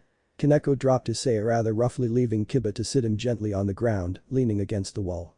Rias began to seal the memories while Kaneko and Kiba took their seats on the couch. Kiba next to Naruto and Kaneko across from the two. Rias went to her sit behind her desk with Akeno standing behind her as they stayed in silence waiting for Issei to wake up. Naruto completing homework, Kiba fiddling with his swords, Kaneko her sweets, and Asia looking at Issei with worry evident in her eyes. When Issei started shuffling, Naruto snapped his fingers and all evidence of the greeting disappeared. Issei opened his eyes and looked around. First he noticed a worried Asia and flashed her a smile which seemed to calm her. He looked and noticed Kaneko ignoring him, Kiba looked at him and smiled before going back to his sword. Akeno was blushing and biting on her finger. Rias looked annoyed and was glaring in front of her. When he looked in the same direction and saw the black-haired enemy of all males at Kuo Academy, Naruto Shitori. Issei was plain confused. This was a club for devils, so what was he doing here? Naruto-senpai. What are you doing here? Naruto suddenly gained an amused look in his eye and seemed to be thinking on something. After a couple seconds he changes his posture, and he crossed his legs, one over the other, and folded his hands over his lap intertwining his fingers. His left eye seemed to shimmer before a monocle appeared, with a gray beard appearing on his upper lip and his hair on top of his head, shimmering before turning gray. You see, young Issei, I'm Rias-chan's father in disguise. Zzzzzzz. His sentence was cut off by his head falling back and him starting to snore. Rias gained a tick mark at the other pure-blooded devil in the room. She sent out a pulse of power that shook the room and made the sleeping devil jolt awake. Huh, what? He looked around spinning his head rapidly. When he focused on a non-believing Issei he huffed and got rid of the costume. Rias then cut in to hurry up their introductions. Issei, this is Naruto Citri, a pure-blooded devil, just like me. A look of understanding ran across his face, but he was still wary around his sworn enemy. Rias wore a triumphant smirk as Naruto glared at her. But Naruto's glare turned into a smirk and Rias felt a headache coming. I'm also the fiancé of Rias Gremory and Akeno Himejima. His declaration shocked Issei to the core. Rias saw this coming, as did Akeno, but both were still left blushing. But to Issei this took one of his major dreams away from him, he couldn't touch those heavenly mounds. Now Naruto had the smirk on his face and it was Rias' turn to glare. Now she had to comfort her perverted servant. But you, is it true? Say it's not true. Now I can't touch those oppai. Issei asked while crying comically. Everyone could only sweat drop at the perverted boy's one-track mind. Issei, as of right now he isn't my fiancé. Rias stated calmly but also looking at Naruto through the corners of her eyes, who smirk at the unspoken part riser first. She looked at a smiling Issei. Issei then started glaring at Naruto. Senpai, I'll just have to touch her oppai before you can. Naruto sweat dropped and Rias smirk at the fires burning in Issei's eyes. Naruto was already giving him determination even if he didn't know it. The glaring contest came to an end by Rias making her presence known. Now that you two are being civil. We have more pressing matters to deal with. With that, Naruto was officially made an important part of Issei and Asia's lives, even if they didn't know it yet. Time skip. Night time. Naruto's room. The flash of red entered Naruto's field of vision and he smirked. Rias emerged out from the circle in her nightgown also donning a smirk. He watched as she climbed under the bed with the ever-present smirk on her face. After they both were under the covers they waited. But they didn't have to wait long, as another magic circle lit up where Rias was. Not wasting another moment, Naruto quickly positioned himself over top of Rias. When the light died down, Grafia quickly stepped out of the magical circle and had a shocked expression on her face. Then Naruto Sama, Rias Sama, what are you doing? The two teens looked at her in mock fright and shock. But that stopped when they both stopped being able to contain their laughter. The two were laughing even harder at seeing the confused face of Grafia. Naruto threw the cover off of them allowing Grafia to see their fully clothed bodies. She let a sigh go and gave the two a brief glare. Naruto-sama, Rias-sama, it is not nice to prank people. With each word the temperature of the room got colder and the two started to sweat despite the chill. They gulped and nodded, leaving a stoic Grafia with an amused glint in her eye. Naruto watched as Rias left with Grafia staying a little longer, leaving. He turned to sleep, getting the message from the actions of Grafia. Tomorrow is going to be interesting. I wonder how Issei will react to the fried chicken. Mwahahaha. Naruto, go to bed. The screams of Bova echoed through the house. Naruto rolled over with a smile on his face. He loved his life. Naruto was currently watching Issei and Kiba arrive to the old school building after school. He had arrived earlier, skipping his last class because of his excitement. He was planning on sitting in on the meeting as well, and as a high-class devil, it was imperative he had his queen with him. Riser didn't know about Valerie. As a matter of fact, no one outside of the Citrus, Gremories, and Satans knew about her. They didn't want the fact that a young devil had a servant with a Longinus, let alone one of the 3 holy relics, to be released to the public. Not only would it make Valerie a target, but it would also anger the church. But in case of a leak, Naruto had proceeded to get Valerie to learn Brazilian Jiu-Jitsu as a way to protect herself. While he himself preferred a more Asian-style martial art like karate, he figured Jiu-Jitsu would be better since it was better for ground fighting, since the only time he expected Valerie to fight was if she was either chazed or someone got past her magic. Valerie was currently in the clubroom with Akeno and Rias preparing for the meeting. She was in a skirt that stopped mid-thigh, with a cloak that started from her waist and ended below her knees, with a top piece that covered only her shoulders. On her arms and legs were sleeves that donned the Citri family crest, and she had on combat boots as soon as Knights of the Blood Oath uniform with the Citri crest instead of the cross. He got the idea from his favorite anime, Sword Art Online. He removed the cross and added his family crest. He liked the way it showed her figure that seemed to have the beauty of both human and vampire, and she thought it looked good too. He got up when he noticed the last of Ria's peerage, Sans Gaspar, was in the room. He arrived just in time to see an annoyed Grafia holding a fan over a groaning Issei. Not taking long to realize what had happened, he quickly got in Issei's face. The girls were surprised by this actions. Had Naruto grown that protective of Grafia? Hey, the only people allowed to ogle Gray-chan is me and Nai-sama. The girl's sweat dropped and Grafia eyebrow twitched. Naruto yelped when he felt the fan make contact with the back of his skull. He sent a questioning look towards Grafia. What was that for Gray-chan? He was hit again. Must I remind you, Naruto-sama, to act as a high-class devil and that I'm a married woman? Rias could only sigh. Every time they met it was like this. She reprimanded him for calling her Gray-chan and hitting on her. But he made it his personal mission to replace Urzuch's. You should behave before I ask Sona-sama to give you extra lessons in etiquette. He quickly shot up and ran behind Rias, pointing at Grafia. He wouldn't dare. His words were spoken with true fear lacing them, as if he was given a fate worse than death, which for him it was. Make it known Naruto never has and never will like school. Their back and forth could not continue as Rias started pinching on Naruto's cheek, making him wince in pain. Now Naruto, if you are done with your banter, we can get down to the problem at hand. Rias spoke with a stern voice that sent shivers up Naruto's spine. Naruto sat straight up and still like a doll, surprising Issei that his Butchu could control another devil just goes to show how awesome she was. Butchu, did you say problem? Issei responded, leading to Rias going silent, as if trying to find the right words. Grafia stepped up and looked at Rias. Oju-sama, would you like me to explain the situation? Rias looked at her and shook her head, not even contemplating the offer of the silver-haired maid. She gathered her thoughts and opened her mouth to speak, but was cut off by the light of a magical circle. Issei and Asia looked plain confused, while the others tensed slightly. Naruto and Rias looked annoyed while Grafia still had on the poker face. Valerie and Akeno were in the kitchen and finishing the tea if the rattling coming from the kitchen were anything to go by. When the light died down, Riser Phoenix stood there in all his douchness. It was honestly depression to Naruto to see an arrogant man like him. Issei on the other hand was in a little awe. Phew, it's been a while since I came to the humans world. The guy looks around the room and then smirks after finding Butchu. My lovely Rias. I came to see you. He sent a distasteful look towards Naruto, then looked back to Rias. Now then, Rias. Let's go and take a look at the ceremony hall. The date of the ceremony is decided, so we need to check it before then. He went to grab Ria's arm, but Naruto was suddenly between the two of them with a smirk on his face. Riser-kun. I must say I don't like guys, see, you will have to take my rejection. When you go back, tell Lady Phoenix I say what's up.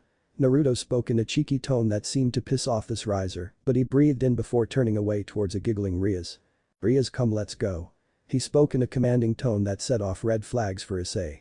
After an uninterested response by Riser, Issei looked as though his ego had been destroyed. Oh yeah? Well, who are you? Issei spoke in an angry voice. Rias, you didn't tell them about me? That's mean. Hi do Issei-sama. Why yes. This person is Razor Phoenix-sama. He's a pure-blood high-class devil and the third son of the House of Phoenix. Grafia-san explains in her usual monotone voice. And he is the husband of the next heiress of the House of Gremory. He is engaged to Oju-sama. Issei really did deflate. His body floated to the ground like a piece of paper picked up in the wind. This guy. Marrying Butchu. Now I have to get past him and Naruto. How could I do that? No, I can't think like that. I will touch those oppai. And with that he immediately inflated with a perverted leer on his face. As the others watched Issei get his emotions together, Valerie and Akeno came out with the tea. Rias sits on the couch near the edge while Naruto sat at Rias' usual seat. Riser sat next to Rias and was constantly grabbing her shoulder.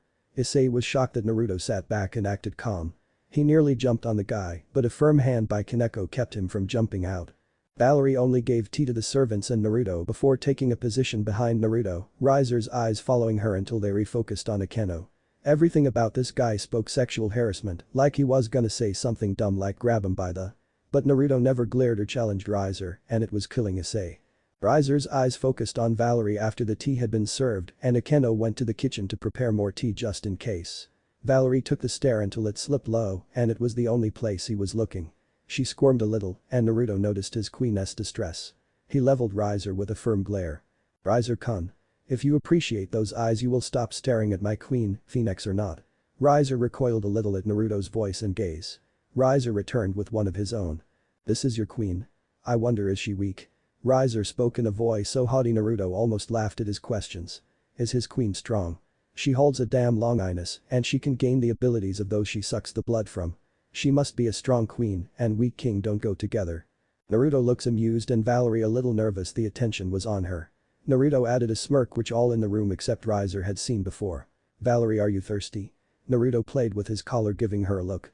Riser, Asia and Issei thought this was a harmful action but the others knew what he was doing. And he said he didn't like gloating. Valerie started blushing at seeing his neck and unconsciously started dropping her jaw, showing her fangs a little. And no thank you Naruto. Naruto grabbed her arm and looked her dead in the eye. Nonsense, no need to be shy, you can have a drink whenever. He looked back at Riser and tilted his head, creeping him out. But before Riser or Issei could bring up their questions, Valerie began drinking from Naruto's neck. Asia and Riser discovered her pieces right there, but Issei was a little on the slow side. A vampire? Riser spoke in shock. Almost all devils would love to get their hands on a vampire. It was especially true since vampires threw out almost all children with even an ounce of human blood. Naruto inwardly smirked. That will teach you not to doubt my queen. Valerie, sigh, drink however much you want. She told him his blood was delicious, like a sweet flavor, but he never understood it. When she started she wouldn't stop drinking for a few minutes. Stop it already. Razor. I told you before. I will not marry you. Suddenly Rias explodes on Riser. But Riser tried to explain the situation with logic but was nowhere near convincing Rias. Grafia was still just standing by and Naruto was tensing. Riser made no attempt to stop. And knowing Riser, it was only a minute before the situation got out of hand. But I won't marry you, Riser. I will marry the one I acknowledge. Even the devils from the old noble house have the right to choose. Rias looks toward Naruto briefly. Seeing that, Riser suddenly becomes enraged. His eyes become sharper and he even makes a noise with his tongue. You know, Rias. I'm also a devil who carries the name of House of Phoenix behind me. I can't let that name get tarnished. I didn't even want to come to a small old building like this in the human world. Rather, I don't like the human world that much. The fire and wind of this world is filthy. For a devil like me who rules fire and wind, I can't stand it. Fire erupts from Riser's body. The temperature rises so high that some of the lesser devils were struggling to breathe. I will take you back to the underworld. Even if I have to burn all of your peerage. Naruto simply rolled his eyes at the show of force. He let out a bit of his powers to make the room bearable for Asia and Issei who were struggling to breathe. Oju-sama, Riser-sama, please calm down. If both of you were to continue, then I won't be quiet about it. For Surzich's-sama's honor, I won't hold back. Rias and Riser both paled at Grafia's voice that cut through the intense atmosphere like a knife through butter. Riser calms the flames around his body and sighs while shaking his head. To be told that by the strongest queen, even I would be scared. I definitely wouldn't want to fight the people from Surzich-sama's group, which is known to be made up of monsters. Naruto snickers before cupping his hands over his mouth. She just pimped you. Riser almost lost his cool again, while a subtle twitch could be seen on Grafia's brow. Naruto proceeded to skip out on the next part as he already had an idea of what it would be, a challenge between Rias and Riser for her freedom. He couldn't care less about the details, so he was waiting for this part to be over. Grafia confirmed the rating game. Naruto looked at Riser with a smirk. He knew what would happen. Riser was going to get all cocky on them. It really amused and disgusted Naruto at the same time. The moment Grafia finished her bow, Riser proceeded with being Riser. "Hey Rias. Would the ones here be your servants?" Riser asked in a cocky voice that amused Naruto. He gestured to the couch with all the members of Ria's peerage on it. "Yes and?" Riser snapped his fingers, bringing his peerage out. The 15 girls stepped out of the light. As they looked around the room, the first thing they noticed was the crying mess known as Issei. Naruto watched on in disgust as Riser kissed his girls and gloated to Issei. He sent a victorious smirk towards Naruto, who raised an eyebrow at the action. Riser seemingly got smugger as Naruto made no move, and the smirk got wider. Issei suddenly activated his boosted gear and pointed at Riser in anger. "A womanizer like you isn't good enough to be with Butchu. Huh? Weren't you looking up to the so-called womanizer?"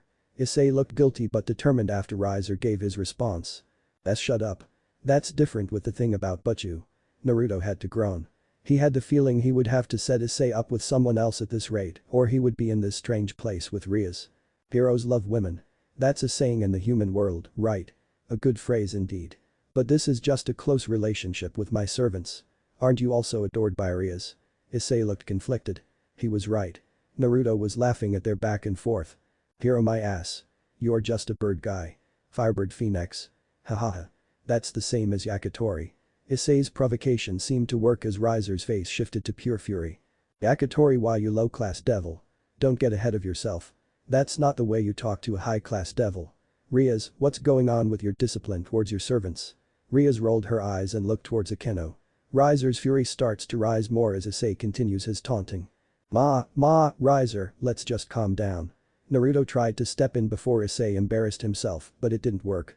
The taunting went back and forth. In the end he settled for a sigh. Issei suddenly got in a battle stance. "Mira. Do it."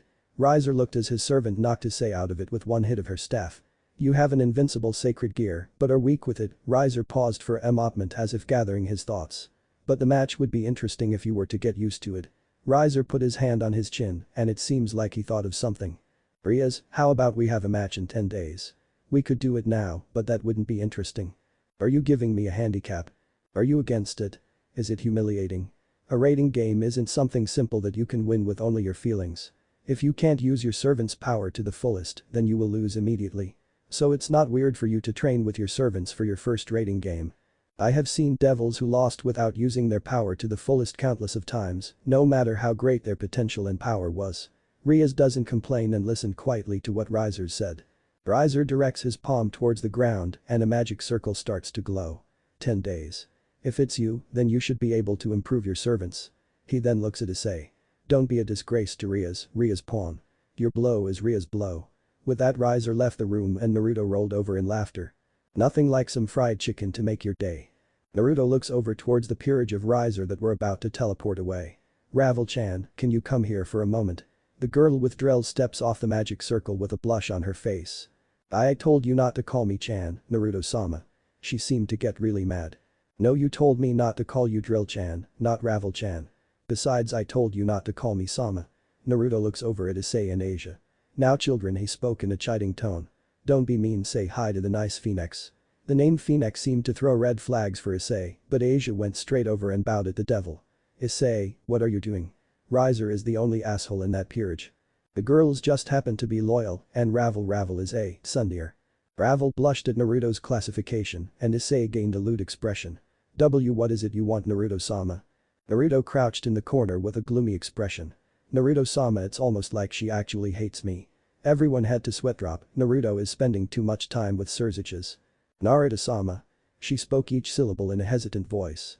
His emotions greatly confused everyone. "Ravel-chan." He grabbed her by the shoulders and looked her in the eyes. "You need a boyfriend, how about Issei? He's single, has almost no appeal, and he wants a harem. Think about it, you and Asia over there, harem sisters, actually, that would be a good TV show." Naruto grabbed Valerie and started a magic circle. "Come on Valerie, we're going to see Katan." And with that he teleported away, leaving 2 red-faced bishopess, a red-faced pawn, a giggling queen and king, and a silent rook. "What do you mean I'm the weakest devil you've ever seen?" Issei was angry. Naruto was listing his faults in an attempt to train him. Issei was able to take it, but Naruto called him the weakest devil ever. It was the worst thing anyone ever said to him, it angered him. But what made it worst was it was probably true. "You heard me. Even Asia is stronger. If I put you in a fight and she actually fought, you would be destroyed. She is better in magic, support and defense. Right now, you haven't even talked to your sacred gear. Issei looked confused. Don't tell me you haven't talked to Drake, the Welsh dragon, that is sealed in your arm, since your dream. Issei still looked confused. What do you mean sealed in my arm? Issei's eyes lit up in recognition, before disbelief. You mean it was in my arm? Ahahahahaha. This is priceless. Who did you think is giving you your power when you boost? Naruto was getting a laugh out of this, but the tone in his voice was like one talking to a child. It made Issei feel as though he was a little brother. Naruto calmed himself and his face relaxed. Issei took this as a time to respond. I thought all sacred gears came from God. Issei gained a confused yet thoughtful look. He always assumed that God distributed his powers to the sacred gears. But you're a devil. God is your sworn enemy. Why would he help you? Also there's thousands, if not millions of twice criticals. So are you saying God boosts those too? Don't make me laugh, but instead of laughing at you, I should probably fix your issues. Naruto gained a thoughtful look. You have no stamina, speed, power, magical skills, sacred gear skill, or drive. Naruto mumbled to himself, but he was still loud enough for Issei to hear. I know. For your training you will do an exercise. This should be able to increase your skills all at once out of me, so Tan and Rias, I'm the best with barriers. I'm also good with illusions. Naruto then pushed Issei away from him. Issei, this training is simple. Over there, he pointed a few feet to their right. In a previously empty spot a shower appeared. Is your target? I will put a cage of solid ice around the shower. Your job is to break through the ice. Issei looked as though he was about to refuse to take part in this regimen. But before he could denounce the training, Rias walked over in nothing but a towel. She walked towards the ice, which melted and allowed her to get in the shower, and then reformed. The reformed ice grew opaque and Issei heard the shower cut on. Issei, would you help me clean my? Rias spoke through the ice that was covering her form. Well, the voice would have been read as false due to the extremity of the situation. Issei was a giant pervert. As a pervert he ran on his fetish, and that word made him want to see the other side of ice. He immediately gained a lewd expression before running and attempting to punch the wall. When his fist hit the ice he immediately started thrashing in pain. He glared at a smirking Naruto and was about to yell at him when the ice wall sprouted a hand that punched him, making him fly away 20 feet. He flew into another ice wall as hard as cement. Now if I may finish. Cue glare from Issei. This is a simple exercise. Your target is the bath. If you get there you will get to help Rias shower. If not I will. The ice surrounding it is as hard as 20 feet of iron. It was a lie. It was only as thick as a few ice cubes. But if Issei did manage to break it, he would have a morale boost. The ice will attack you if you stay within 5 feet of it for more than 10 seconds. When you aren't in those 5 feet I'll attack you. Issei paled when Naruto started exerting his pressure. Mwahahahaha, Rias has left you in my care for 6 days, 4 before the raiding game. You will get 2 breaks, for breakfast and dinner, but other than that, just don't stop moving around. And with that he kicked off and went after Issei. Time skip 10 hours later, 8:30 p.m, day 1. Issei was currently resting. It was currently his dinner period. Akeno came with a plate for food and some tea. Naruto honestly expected Asia. Akeno gave Issei and Naruto their food and drink before seating next to Naruto, who had his back turned to Issei. To Issei it was a harmless gesture, but if he looked closer he would see the moving of their jaws. Naruto, Rias asked that you don't harm Issei too bad. She would like to continue his magic training after this, but she can't if he's too tired. Akeno spoke in a hushed tone too low for Issei to hear. I can't make any promises. If she wants his training complete it will have to be done my way. If he can't take it, then he shouldn't have been sent to me at all. She looked ready to retort, but the look on Naruto's face showed he was not backing down. Tell her that I'll add in a night break so he can sleep, that should be enough for him to practice magic. I'll tell her, Naruto-kun. Akeno flashed a smile but was met with a stoic face from Naruto. She got up and collected the plates and cups before leaving. Akeno, breakfast is 8:30. She nodded and continued walking off. Now pervert break time's over. Time skip 5 days later, day 6. Beep beep. The sound of an alarm ringing sounded through the field. Issei could not hear due to his screams, but Naruto heard it clearly and smirked. Issei-kun, you only have 10 minutes. If you don't hurry I'll have to help Rias bathe. Issei couldn't even get to the ice earlier in their training. He was too busy trying to run from Naruto. The one time he got close enough a dragon tail made from ice appeared on the cage and he unconsciously hesitated and he was thrown by the ice. Issei, where are you? My need to be cleaned. But those words, Issei shot up like a rocket. He gained a determined look. Any signs of fatigue disappeared and he brought out his sacred gear. He shot towards the cage of ice and winded his arm back. He struck the ice and watched as a crack formed. It was thin, but it was still present. When he was about to punch again he was flung by a rope of ice. When he landed he was forced to duck a spear of ice being thrown at him. He bent his knees and launched at the ice, but before he hit the spot he cracked earlier his ankle was grabbed and he was thrown. He heard an alarm going off. "Naruto-kun, can you come wash my chest for me? Issei took too long." Issei broke in tears and watched as the ice and Rias was destroyed in a bowl of destruction. He saw a furious-looking Rias standing there with a twitching eyebrow. "Naruto, is there a reason you used me for this demonstration?" Rias looked furious. Naruto began sweating and backed away slowly from the fuming Redeed. Usually guys don't want the girl they like to been seen naked by another man. But I've seen a lot of girls naked, including Graphia. The twitching of her eyebrow and her power increased. I mean, you are the most beautiful girl I know." The pressure increased before disappearing altogether. Good choice in words. Rias walked over and grabbed the dazed and exhausted Issei before walking away. "So, what is his power level now?" Rias, Naruto, Valerie and Akeno were sitting in a room drinking tea. It was the day before the rating game. They spent the day touching up on strategies for the game. Tomorrow would be used for mental and physical rest in preference for the game. "As you know, I did the Mirage training." To say he struggled was an understatement. His speed was low and his power was tremendously low. I would have at least expected one of his arms to be acceptable. But Issei was able to fracture the ice. It was a hairline fracture but fractured nonetheless. If I had to put him anywhere it would be a mid-low class. He was still extremely weak. All of Ria's other pieces were mid-class in their areas of expertise. Issei was exponentially stronger than he was before, but 2 cubed was only 8.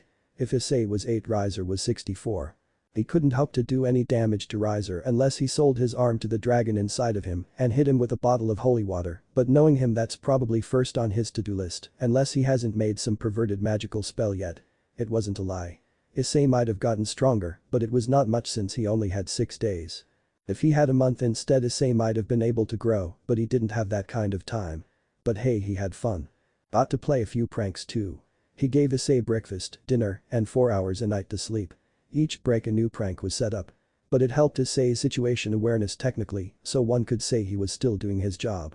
"You're welcome to stay with us the last 2 days." Rias and Akeno got up and left the room leaving just Naruto and Valerie. "Valerie-chan, you felt Riser's power, right?" A nod was his answer. "Do you think they can win?" Valerie went into a thinking pose.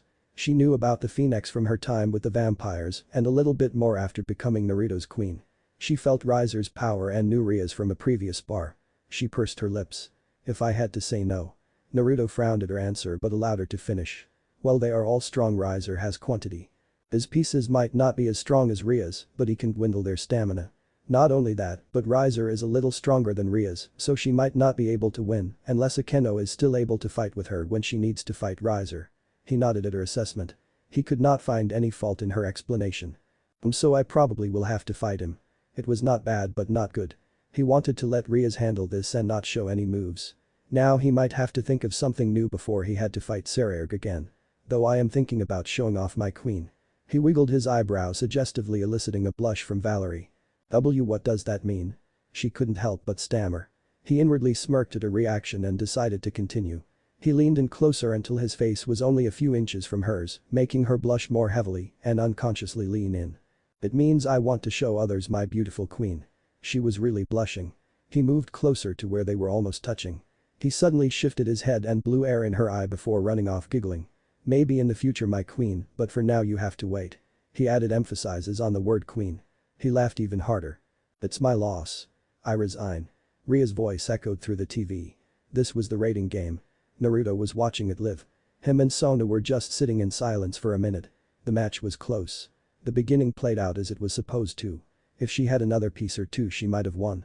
They defeated the pieces in the gym and were moving only for the queen to make her move. The deciding factor was Akeno's defeat. If the bomb queen would have retired, Asia could have healed Akeno and the final battle would have probably been different. Issei was noticeably better in all aspects since Akeno helped him in magic during the last 2 days. Rias after the defeat of Akeno decided to fight Riser.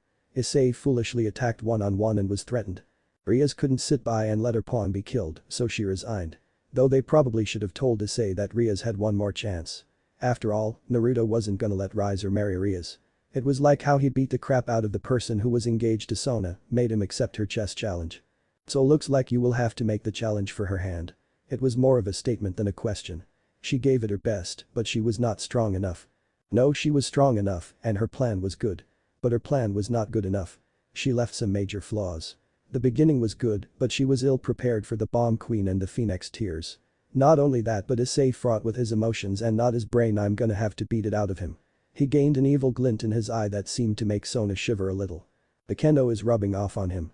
Sona could only hope her assumption was wrong. So you're gonna reveal Valerie? I've been thinking about it for some time. Kotan and Nai-sama have given their approval, but I have to ask Valerie-chan. It will be her who will have the spotlight on her. Bova already thinks we should present her. Hopefully I won't get too many trade offers if we go through with it. He looked towards the screen as they did a close-up of a smirking Riser. Valerie-chan, I have been given the option of introducing you to the underworld. But I have decided to let you decide.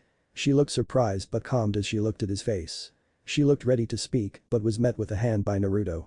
If I tell the public who you are, the church will probably after you, as will the fallen angels. They will come for you not just because of your sacred gear, you are the queen of a high-class devil, who is also the son of a Satan. If we do this you will have a target as big as the Satans. The look in Naruto's eye showed the severity of the situation. I'm not sure. She began to mutter a little low. I'm not as strong as you, let alone the Satans. What if they came for me? What if a Teeps faction find out about me? They forced me to use it. I could hear the voices. They went away, but what if they come back? Naruto could hear the fear in her voice as she spoke of her old home. It was as if she went cold in her bones. It made Naruto sad to see her in such a stare. Naruto hugged her. He squeezed to reassure her before his reply. If they come for you, they'll have to go through me and Bova, and I know Gasper will give them hell to pay too. He spoke in a confident voice that made a warm stir inside of her. As long as I'm around no one will get you. If I get any trade proposals, I'll throw them away and won't give those old coots the satisfaction of me looking at them. He let her go and flashed her a smile. With me here you'll never have to worry about anyone trying to harm you. He gave her a thumbs up and continued to smile. He was caught off guard when she hugged him, but got over it quickly before hugging back. She pulled back and looked him in the eyes. I'll do it. He smiled back. It was a well-known fact that the son of Seraphol Leviathan, Naruto Citri, was unofficially courting Rias Gremory. The only reason they weren't officially engaged was that Lord Gremory made the Phoenix marriage contract years before either's birth. If Lord Gremory knew Seraphol would have a child he probably wouldn't have made the contract. He assumed that since the old Satan faction was still launching guerrilla attacks occasionally she wouldn't have a child anytime soon. The death of Minato Namikaze was considered a stain in the history of the underworld. It was because of the attack that the birth of Milika's Gremory was left a secret until Graphia was back at 100% after birth. The only ones that knew if Graphia's pregnancy was the Gremorys, Citrus, and Satans. But Naruto's birth meant that the boy and the Gremory heir had a high chance of falling in love. The two families were close.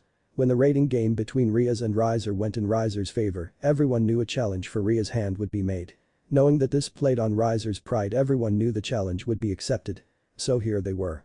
They were in the ballroom of the Gremory castle. If Riser won this would be a wedding. If Naruto won this would be an engagement party. So right now the adults were putting in bets. The odds were in Riser's favor. Riser was seen as older and more experienced of he two. Even with the fact Naruto was the Leviathan's son, Riser was more experienced and had the Phoenix bloodline. The only thing the people knew was there was a challenge. No one knew whether it was a rating game or one-on-one battle. The people wanted a rating game because Naruto's queen was a mystery. But they knew it was most likely a one-on-one battle. They watched as Riser entered the ballroom with his queen behind him. In their usual outfits. On the other side Naruto appeared with his queen in tow. They looked at her in awe. She looked around 19 or 20 and was very beautiful. Whilst Naruto was in his Sage of Six Paths kimono, his queen wore her Asuna outfit. In the middle Surziches stood with Graphia behind him. When they made it to the middle Surziches began his introduction. Welcome devils of the underworld. Today is the day of the challenge between Naruto Citri and Riser Phoenix for the hand of Rias Gremory. We will now set the rules. With that Surzich looked at the two boys glare at each other. The air around Naruto was cold, while the air around Riser was hot. Everyone felt no change with the temperature offsetting. The choices are a full rating game or king versus king battle. Riser-kun, your choice. It does not matter. I will not lose so it does not matter. He spoke with his nose up in a cocky tone. Lord and Lady Phoenix sighed. Naruto-kun. All eyes turned to Naruto. He looked unfazed by their curious faces. I don't have enough time for a rating game as I have school, plus I don't need Valerie-chan to fight Riser, so one-on-one. Surziches looked back to Riser who had the power to overturn seeing as he was defending in this challenge. He looked as if he was going to talk so Surziches sat back. Scared to have your queen fight. The look Naruto and Surziches had told him the taunt would backfire. No, but why would I need an experienced Longinus user to take you down? Gasp could be heard around the room. Riser looked shocked. Serziches smirked as he looked at each face, while Serafol growled at the greedy faces in the crowd. The attention was on Valerie, who looked nervous, understandably. Ara, did I forget to introduce my cute queen? Allow me to introduce her then.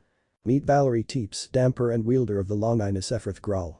To say Naruto was amused was an understatement. If it wasn't for the fact he had to uphold his image, he would have laughed and probably rolling in the ground, trying to catch his breath. The faces of the older devils was funny.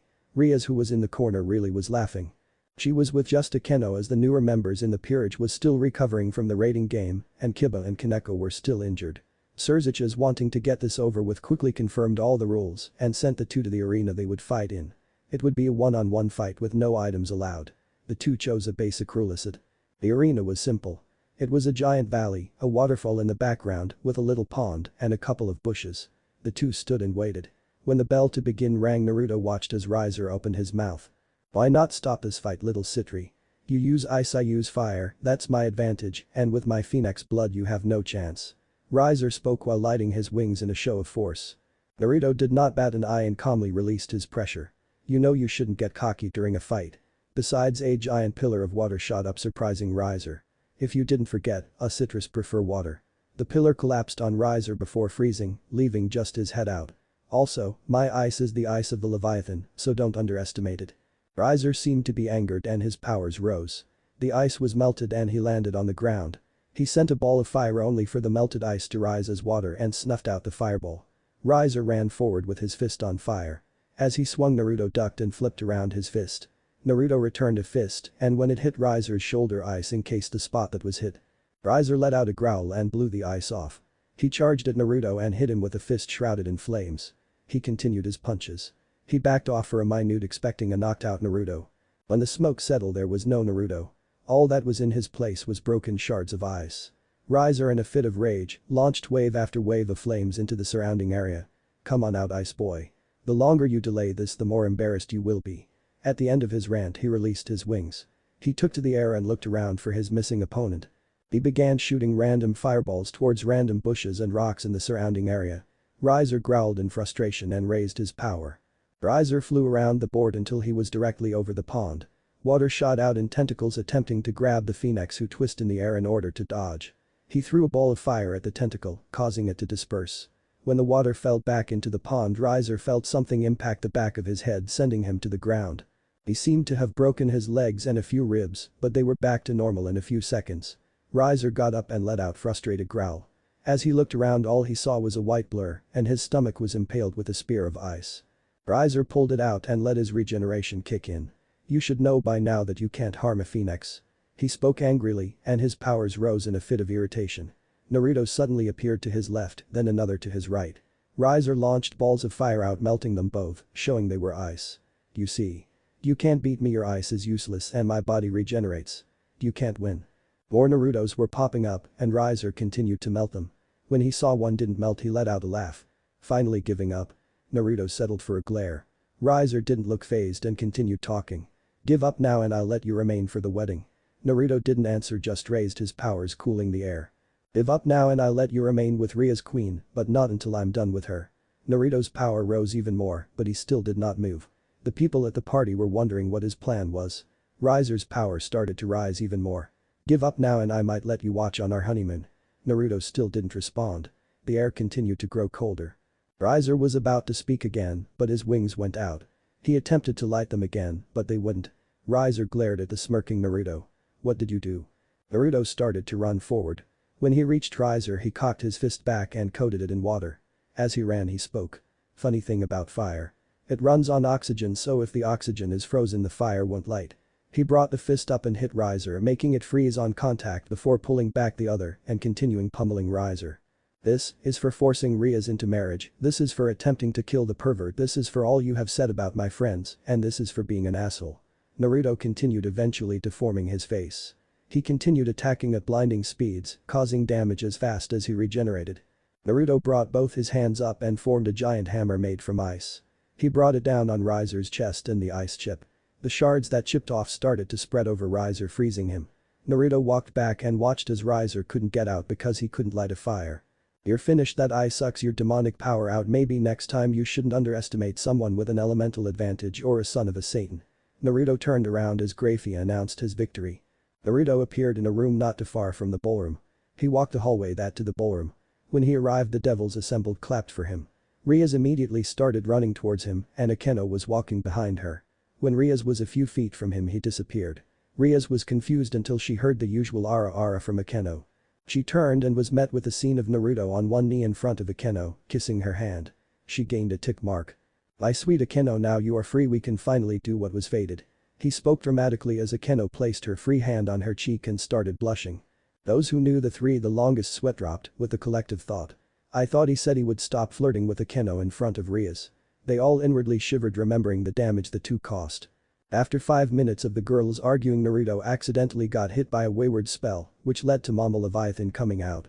The devil heads and heirs just sighed and left. It was always weird with the Gremories. It had been a few days after the Riser incident and things were returning to normal. Rias had become a bit clingier towards Naruto, though he didn't notice. Akeno did and pushed back, so to say.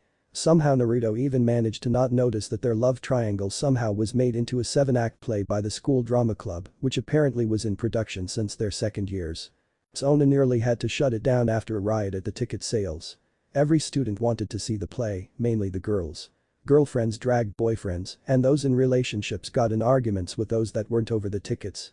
It was a good thing magic could be used for crowd control. This is not that bad of a play. Naruto had to think to himself. On his left was Rias and to the right was Akeno. The play started off with their childhood with several dramatic moments, most were false. The story follows a handsome prince, Naruto, meeting two girls, a princess, Rias, and a maid, Akeno, as the three grow older. When the story got to their teenage years, it created an evil tyrant, Sona, trying to prevent the union of any of the three. Sona left the moment she found out she would be the antagonist of the story, much to the others' amusement. When the play ended, everyone stood up and clapped. Naruto was in the shower. He had about 2 hours before school started. He usually got up this early to shower, cook, then go for a short stroll, ending up in a cafe. He was so into his shower he didn't realize the door was open or that someone was moving towards the shower. The curtain was suddenly opened and Naruto turned towards the offender. His fright getting the better of him, the water from his shower was pushed up instead of down due to his magic. He was met with the crimson red hair of Rias. She jumped in and before he could say anything grabbed him from behind. "Rias, what are you doing?"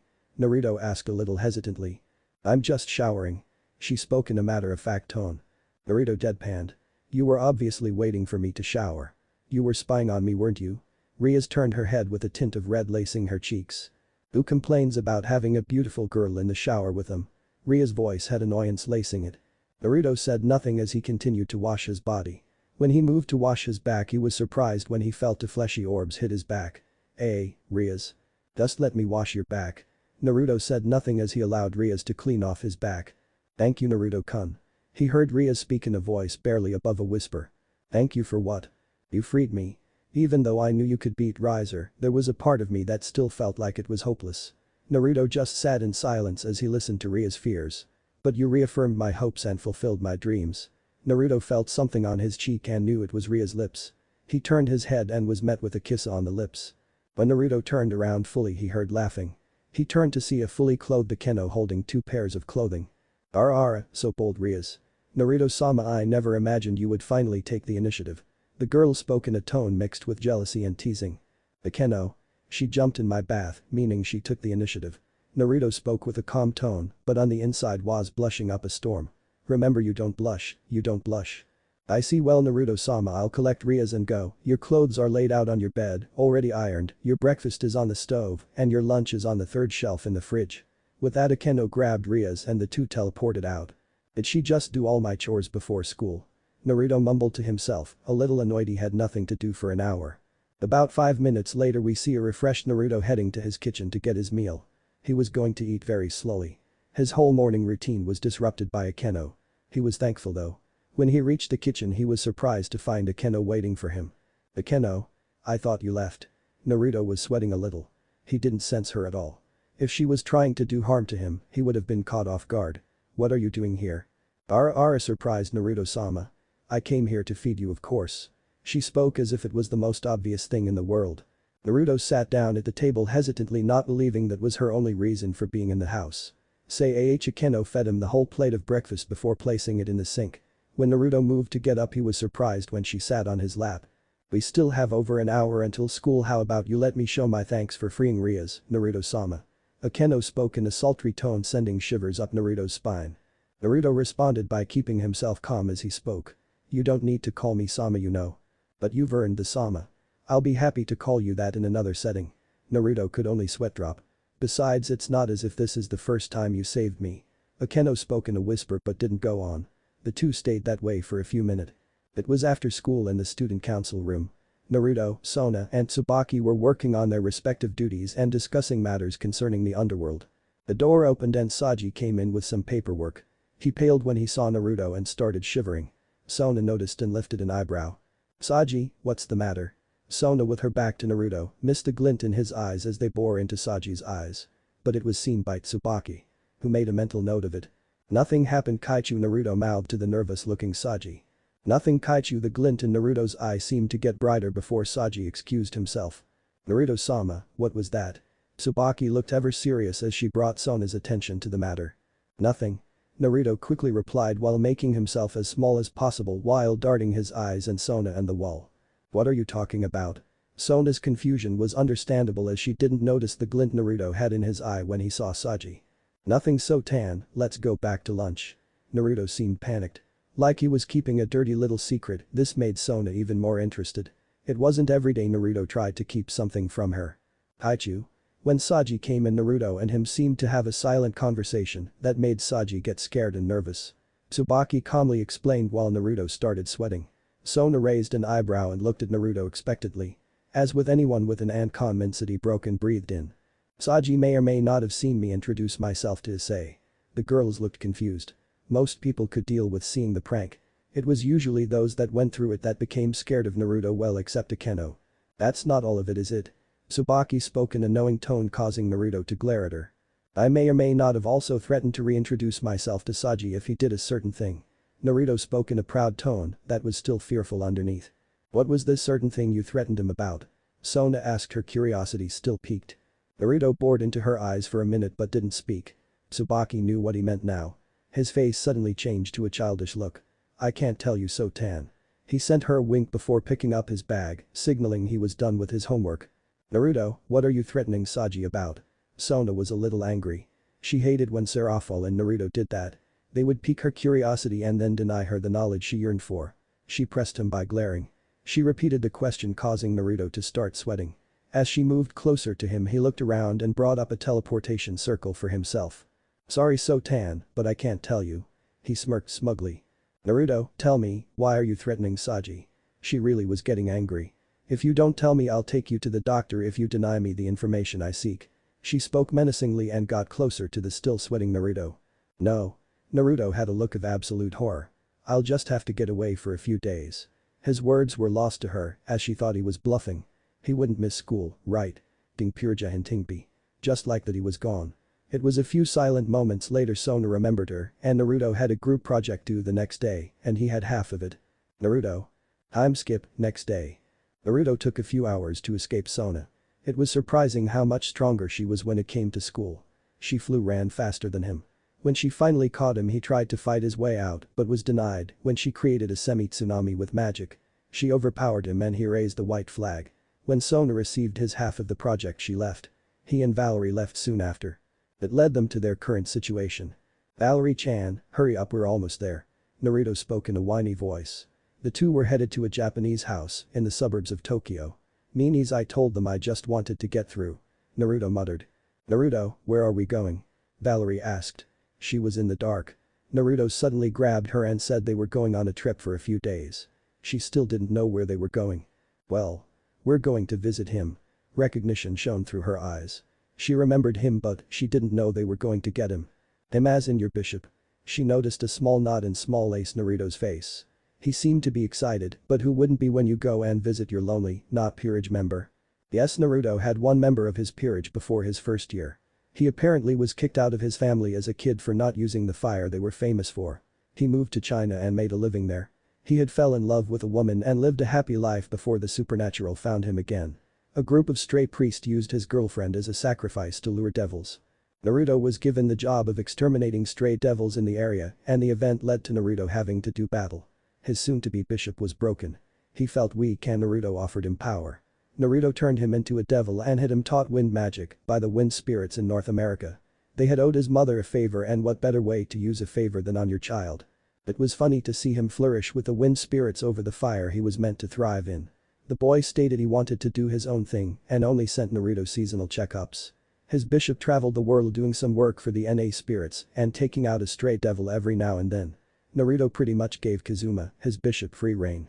Now though, with Valerie being exposed to the underworld, he wanted to have his peerage together. After all, the first night he received 665 trade requests.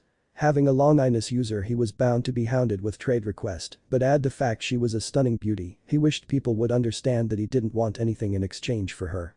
The house they were heading to was in the middle of a compound. It was the Kanagi complex. Behind the two were several bodies laying on the ground, black and blue. Before they could get to the house they were looking for, a group of people with their target was standing in front of the house.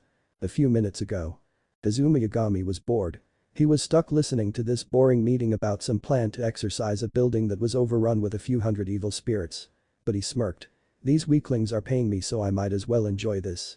He made a funnel of wind and sent it behind everyone and into Ayano's hair. As he reveled in her annoyance, a boom in the distance caught everyone's attention. Knock knock, Jugo-sama, we are under attack. A guard came in looking almost fearful. The sound of girlish screams came closer. The news that the compound was mixed with gasp and Ayano's power flaring. Suddenly a body flew through the door and hit the wall a few millimeters to Kazuma's left. He just ignored the pathetic form of the guard and picked up his tea and took a sip. Who dares attack the Kanagi family? The hellish screams of the Kanagi heir was heard throughout the room. Jugo calmly sipped his tea and looked at Kazuma, who had a twitching eyebrow despite his attempts to hide it behind his teacup. Kazuma-kun, do you know anything about our attacker? Kazuma remained silent as all eyes turned to him. He opened his mouth to speak only to be cut off by a voice coming from outside. Valerie-chan, hurry up, we're almost there, a whiny voice called from outside. The twitching of his eyebrow increased. The others looked on expectantly as they saw annoyance and embarrassment flash through his eyes. Naruto, where are we going? This time a feminine voice called back and the others watched as Kazuma sighed in relief of something. But Valerie with him, he's less likely to go crazy. Kazuma could only hope Valerie could hold Naruto back some. Well. We're going to visit him. Kazuma sighed again before walking over to the down door. And looking through it to see his king and queen looking towards his direction, and he could feel the heated gaze of his former family members behind him. What are you doing here? Kazuma had an annoyed voice that barely managed to hide the nervousness in his voice. After all, Naruto would probably blow the whole compound up if he didn't play this carefully. That or start trying to embarrass him. He didn't know why Naruto was so moody when it came to him. All he knew was it came from some Greek goddess. So mean after not seeing each other in so long. It makes me want to freeze this compound over. Naruto spoke with an uncharacteristically dark voice. It made the others in the compound freeze in place. I'm afraid you ain't gonna be able to do that, I'm currently contracted by this family. Kazuma spoke in his usual arrogant tone. Wait, did you say contracted? Kazuma nodded to the question. Kazuma Yagami, this is your family, you shouldn't be charging them for anything. Naruto spoke like a mother chiding their 5-year-old. Now return the money like a good person. Naruto crossed his arms and glared a little at Kazuma as they continued their staring contest. Naruto let out a frustrated huff and turned towards Valerie, who had her head tilted with a smile on her face. So money hungry. And I don't even know why my family is super rich, Naruto mumbled to himself but was loud enough for the Kanagis to hear. Now what are you doing here? Kazuma asked in a more demanding tone, cutting off Naruto's rant before smirking and pointing at the downed Kanagi guards. And what happened with them? He asked in a more amused tone. I told them I wanted to get through and they aimed their weapons at me. Naruto spoke in an exasperated tone, waving his arms in the air for dramatic effect. It was almost like they think I'm a villain. He pouted and crossed his arms. All you had to do was tell them your reasons for being here. Kazuma deadpanned. I want you to come to Kuo when you're done, please. He noticed Kazuma didn't look as if he wanted to come. Pretty please. Kazuma still didn't budge. Sigh, I'll pay you for your services. Kazuma looked thoughtful but nodded. Naruto was about to go to him, but he had to jump out of the way of a flaming sword. That wasn't nice. How dare you attack the Kanagi? The girl didn't stop and charged with the sword in hand towards Naruto. All the men surrounding who knew who Naruto moved to stop her but were too slow to stop her charge. Take this. As she got closer, everyone was shocked Naruto didn't move. If anything, he looked jubilant. When the sword connected with him, the fire and blade all froze as it hit his body. The frozen Reiha was the collective thought of the Kanagi family. Ayano, stand down. It is not nice to attack guest. The now named Ayano looked at the man confused and slightly angered. The man looked back towards a smiling Naruto. What does the son of the current Leviathan want with my dearest nephew? Time skip 2 days later. That was nice, Valerie-chan. Naruto looked at his traveling companion with a smile. Yes, Naruto-kun, they were nice, though Ayano-san was a little strange. The girl spoke the last part with a small sweat drop. After they were settled in, she and Naruto somewhat hit it off. It's a shame she didn't want to become a member of your peerage. He sparred with her during the mornings and then had eating contests with him, but she claimed she had no interest in reincarnating as his pawn. Are we headed back to Kuo? No, we're going to Europe. He noticed her stiffen a little. It's just to collect the last of my peerage. We have to stop by southern Italy. That did little to help her relax. If you want you can head home with Gasper-kun, I'm sure he wants to see you after these last couple of days. He saw her relax a little and smile at him. Thank you Naruto-kun, I'll see you back in Kuo. She gave him a kiss on the cheek, eliciting a small blush from the ice user. She giggled a little at his reaction. Be safe. With that she stepped back and teleported out, leaving a shocked Naruto. Did I just blush, damn it? Naruto threw a mental tantrum and let his power seep off of him in droves as he mentally berated himself. I don't blush, Asia blushes, not me. After taking a few minutes to calm himself, he left a scared city in Japan. Naruto was funny when it came to his peerage. Valerie was his first member and Bova his last. Between the two he had 3 other peerage members. He gained Kazuma right after Valerie and the others in the subsequent months. He gained all his peerage members from the day before he went to school to the end of his second year. The only thing was he gave them nearly complete autonomy. All they had to do was give him a little update, contract numbers, and kill a few strays here and there. They might have been strong by now, Naruto didn't know. The only thing he knew was they had 0 team training. Normally that wouldn't be that important, but the young devils meeting was coming up. He only needed them for a few weeks. They would be there for the meeting and then training for his first raiding game. He made his way through the country known as Italy. He sent a message to the church letting them know his entry as to not cause any incident. He really was not in the mood for fights, they get annoying sometimes. He made his way in from Sicily, as all of Italy had a barrier over it, preventing teleportation by those below Satan Seraph God level. The barrier was able to be tweaked to allow others in. It was erected in the 1900s because a bunch of devils would teleport there to go peerage hunting and were killed. The barrier apparently had the approval of Azazel and the Satans. He was about halfway to his destination after an hour of flying. His destination was a suburb of Naples. As he settled on the ground next to a trail in the countryside, he decided to take a little break. He had a little more than an hour of flying left and he was hungry. He had seen a trattoria a little ways up the road. Naruto made it to restaurant and ordered some bread for a snack. As he got done he took the wrap to the trash and walked a little to a clearing. You can come out now. Naruto spoke in a calm voice. The girl who looked a few years younger than him, with white hair, came from the tree surrounding him. She pulled out a sword and charged at him. 7007C59 and 12 equals 8 FK2K46 equals K1KBLC18BK. By order of my mistress you are to die. The girl slashed at Naruto and hit a wall of ice. The sword was surrounded in the ice. And the dialogue is still in Russian. Naruto smirked. He could understand every language so he knew what the girl was saying even if it was in Russian. But Naruto was shocked when he saw the sword eating the magic that was in the ice. He looked on as the girl's sword seemed to release an expanding magical aura. Wait, a minute magic-eating sword, white hair, short girl, not too short though. You're the man-eater, aren't you? The girl never responded, she just started running back to Naruto. As she slashed her sword he flipped backwards, dodging a few strikes as he did. When he landed he opened his hand and let a bird of ice fly out and towards his opponent. It caught the girl off guard and the bird struck, pushing the girl back. I still don't have that under control. It might not work next time. Why would I be on your mistress's hit list? The girl got up and pointed her sword towards him. The reasons of clientele is not disclosed. Naruto nodded, figuring out she was a mercenary. Naruto saw his magic get pulled out in a small stream towards the girl's ever-expanding magical aura through her sword. Naruto started panting a little. I have to finish this quickly. Naruto built a sword out of ice in his hand while willing chains with the other. He ran towards the girl who started running forward as well. She cocked her sword back as she came within 10 feet. She thrust her sword forward to hit him only for Naruto to turn into ice and her sword eat off the magic. Suddenly ice rose from around her and trapped her in a box. The magic sword she had could not suck in the magic, if anything her magic was getting sucked into the ice. She heard a voice echoing everywhere in her head. If you want your brother back, she looked around only to hear it again, your brother. She broke down and her magic fluctuated greatly. Arg, she struck the ice over and over only for it to get thicker and stronger. She then blacked out. The ice fell and Naruto suddenly walked out panting. Dynamic still takes a lot of energy, I just hope I can finish before I fight you. Naruto looked towards his would-be assassin and the sword next to her. She was undoubtedly human. He went to her and felt her power. It was on par with Akeno's, but he could tell her morales were a little off. He suddenly felt intrusion. In her brain he felt the distortion, which was a sign of an illusion. He touched her head and released a pulse of magic, effectively breaking the illusion. The girl shot up and looked around. She looked towards Naruto before suddenly breaking down. What's wrong? Naruto's voice was filled with compassion and genuine worry. The girl looked at him still crying before bowing down with her head on the ground. Forgive me, forgive me, forgive me, the girl continued her begging until Naruto pulled her up. What are you begging for? I tried to kill you. You won, so kill me already. The girl had a face that was mixed with both guilt, sorrow, and anger. No. His response shocked the girl. That's taking the easy way out. You wish to pay for your crimes, I see it in your face. So repent, but don't give up. Naruto looked as if he could see into her soul while staring into her eyes. Neither moved until she fell again crying. I don't deserve to repent. I've ruined people's lives for something that wasn't even real. I never had a brother.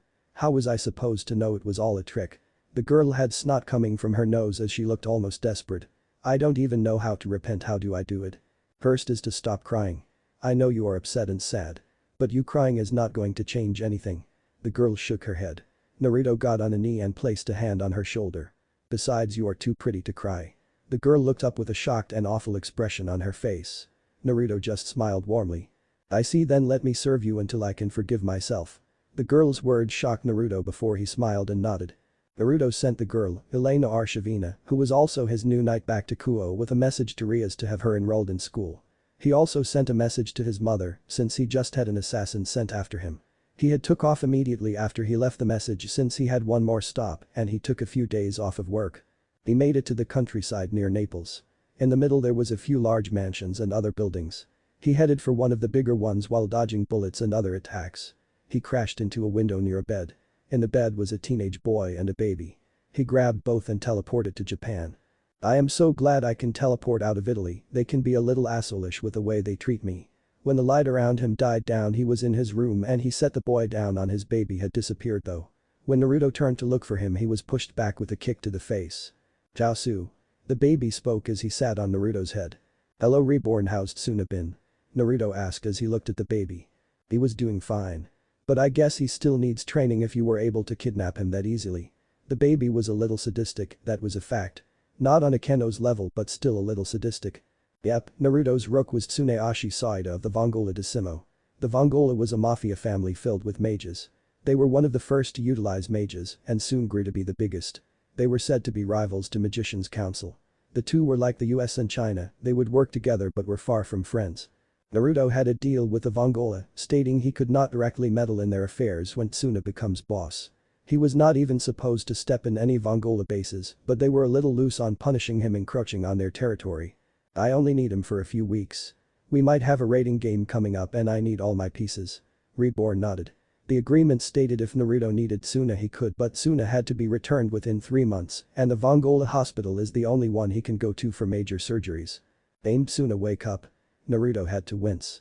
He knew the woes of having a sadistic trainer, he still had the scars from when his mother taught him how to make magically draining ice. Oh Naruto. The soon-to-be Vongola boss looked around at the new room before seeing his king. Reborn suddenly kicked Tsuna. Naruto had to sigh. Boom. Naruto looked out over to the window and despite seeing nothing could feel the power coming from the school. He looked back towards Tsuna before nodding and sending out a pulse of magic. The boys and baby were teleported to the school. After arriving to the school, Naruto was met with the panting form of Sona. She looked at him and shook her head. Pant Naruto, go away, Kakabiel wants to kill us, not even you can beat him. Sona spoke harshly whilst putting in magic for the barrier. You want me to just leave you and Rias here? No way. Naruto stared at her in disbelief. If we die you and Milikas can take over the families, but if you die the house of Citri will be left without an heir. Sona stared at him with a glare. This is not about the family. This is about you telling E to abandon my friends. Irie. Listen to me. I am your aunt and I told you to leave, you don't need to die too. Naruto was wide-eyed at the end of her rant. She was just trying to keep him safe. He suddenly jumped down to the ground before looking up with a smirk. Don't worry Sotan, I won't die before we open up that raiding game school. Believe it. And with that he took off with his peerage behind him. He never noticed a tear rolling down Sona's cheek. Imagine what your death would mean to one Isama, you are worth more than you know. She pushed her glasses up in a move to block her wiping her tears. We need to strengthen the barrier now. And with that her peerage went to work on the barrier. Then I will tell you. In the war between the three sides, not only the Yondai Mayu but also God died. When Naruto arrived, that was what was coming from the cadre's mouth. The whole battlefield was quiet. There was no sound for a moment. Lies, it's a lie, a woman with blue hair spoke with disbelief evident in her eyes. Bakabiel began to laugh. Naruto shook off his shock before creating a bow and arrow made of ice. He aimed for Kakabiel's forehead between the eyes and shot. It came close, but at the last moment Kakabiel sent out his magic, breaking it. Kakabiel turned towards Naruto before smirking. Now I get the son of Leviathan already, maybe it is my lucky day. I will start a war with you as my first casualty. Or maybe I should keep you alive to kill before your mother. Kakabiel seemed to ask himself the last part, but the whole comment made Naruto's body shake. No one here will be killed, but you. Naruto spoke in a hushed voice as he looked around the school at the orc members. Kakabiel began to laugh at Naruto's comment. You can't touch me, maybe I'll go at your mother in front of you before killing you. That comment made Naruto shake before his magic fluctuated. Naruto suddenly released a large amount of magic at once before framing it into a giant block of ice. Kakabiel's magic was being sucked off of him at a fast rate. Naruto then charged him and began to smack around the cadre with his superior physical abilities. He sent a right hook followed by a left undercut before using both hands to smack Kakabiel to the ground. Naruto looked back as he felt the rising of magical power. He was met with Tsuna standing with his arms spread out and a lot of fire coming from behind him. To his left he saw Kazuma probably planning to use his wind to propagate the flames. And below Kazuma is Bova. The three all looked to be waiting for the best moment to strike. Naruto created communication spells that went into everyone's ears. Tsuna, Bova, wait for me to get him on the ground, then launch. The two gave nods that were not noticeable in the dark, even with the fire illuminating their faces. Ilana, protect Rias and her peerage. The girl nodded again. Kakabiel flew up and grabbed Naruto before throwing him into a tree, before launching a light spear at him. Naruto dodged before flipping to the ground. They ran forward while making a few ants out of ice. They burrowed their way into the ground and disappeared from Naruto's view. He ignored the fatigue of using incomplete moves in favor of jumping towards the sky. He brought out his wings and tried to use his favorable maneuverability to get behind Kakabiel. The cadre moved swiftly to avoid a punch Naruto sent, giving him the opening to move around. You know, even a heavily outmatched opponent can win with good planning.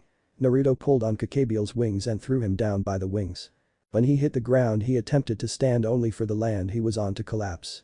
He was about to move to get out, but the temperature went up drastically. He looked to his left and was hit by a giant stream of fire. Is it over? Naruto asked in between pants. I think it might be. He was swallowed by the flames. Even he should have trouble coming out unscathed. Their moment of rest was interrupted as laughter echoed through the schoolyard. Naruto immediately flew up to face the threat that was thought to have been injured. As the cadre got up, Naruto flew down towards him. Naruto though was forced to stop and cut left to dodge some of Kakabiel's feathers that were launched towards the boy before Naruto felt a sharp pain in his legs. He looked down and saw two light spears that stuck out of his legs. He could hear the orc gasp behind him at the sight. As Naruto got up he noticed the ice around them melt. He was forced to look at Kakabiel raising his hand and building a light spear. The spear grew larger and larger. I am done with you. I'll just tell your mother the way you died like a dog. Naruto saw a blur descend from the skies. Vanishing dragon, he heard Kakabiel speak, but afterwards he passed out due to the effects of the light. Naruto awoke 2 days later in his room. He was met with a mop of blonde hair. He shot up and took in his surroundings and noticed it was his room, and the person slowly waking up next to him was Valerie. Valerie-chan. What's going on? He was a little dazed, but he thought he saw tears in her eyes. But his thoughts were interrupted as she clung to him. Naruto-kun. He shook off any remaining days he had. He nodded and leaned into the embrace. Everyone was worried about you. You've been out a couple days. That felt like a punch to the gut for Naruto. 2 days for a little light. 2 days from only 2 hits. Naruto was already planning a 10-hour training plan for the weekend. If Sarerg finds out about this, I'll be a laughingstock. Yes, but we couldn't touch your body for hours after the fight as there was still a lot of light residue. I think Kakabiel's attack had some highly condensed light in it. She finished her story as Naruto listened attentively. Well, he is a cadre class, I suppose his light would pack a bigger punch. Naruto thought to himself. He looked at the damper only to realize she was naked. This caused Naruto to fall out of the bed when he jumped back, completely from shock. I think she's spending too much time with Rias and Akeno. Valerie-chan, why are you naked? Said girl looked down before blushing. Rias and Akeno said healing would work best if I was naked. Naruto had to faceap him, it was like those two were trying to corrupt her. Everyone knew Valerie was good with healing magic. They were worried about you. Naruto looked up at the girl who was now getting dressed. They would look after you at night and only let me see you when they were at school. When they got back they would come straight to us. Valerie explained while still getting dressed. I see what happened while I was out. Naruto wanted to change the mood as it was a little depressing. Oh, well Ria's got a new piece. She was a member from the church that was excommunicated for knowing about God's death. She wields the holy sword Durandal. Naruto suspected Sona might have been a little upset over Rias getting a new piece.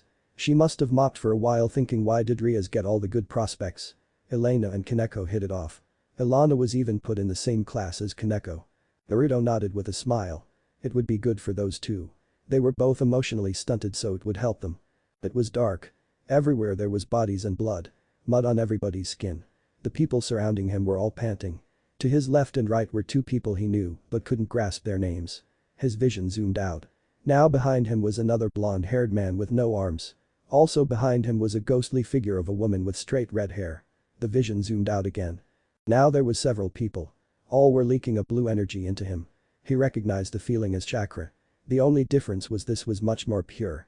He raised his hand and a giant Fuma shuriken made out of chakra and wind formed in his hand. Suddenly the vision went black. When he was able to see again he was in a sewer. He looked down and his right eye was blood red with 9 tomo on 3 rings around the pupil. He looked back up. There was a giant cage with several pipes going into it. Suddenly he saw 2 red eyes. The eyes stared at him almost as if piercing his soul. Suddenly there was a growl. Naruto was thrown backwards and tumbled through the water. You're not ready yet. Don't come back until you are. Naruto was suddenly flung from the sewer. The red eyes retracted back into the cage. Stupid transmigrant. Naruto woke up panting. He looked around to see that it was still dark outside. Naruto sighed. He was already up. Naruto sat up and began to think. What was up with that dream? Who was that behind the cage? He felt a familiar presence but couldn't put his finger on it. The battlefield was all too real to be just a normal dream. He decided to go get something to drink, never noticing the fading of his eyes from blood red to the normal blue. As he walked down the stairs he sensed another presence on near the kitchen. Quickly remembering he lived in a house with 2 vampires he continued his descent. As he arrived in his kitchen he reached for a glass before turning to the sound of feet hitting the ground quietly. It is Queen Valerie. When she saw him she looked a little surprised. Naruto-kun. What are you doing up? The damper asked as she took in the form of her king. I was thirsty so I came down for something to drink. The damper looked at him unbelieving. What is really going on? Your power is slightly fluctuating. What's wrong? Valerie looked genuinely concerned. Naruto's eyes softened a little. I just had a nightmare, nothing to worry about. The vampire hesitantly nodded, still not believing that was the full story. It's nothing serious, I'll see you in later. With that the boy moved up the stairs a little quickly, as if trying to avoid talking about whatever was happening. Naruto-kun. Naruto turned to see an angry Rias.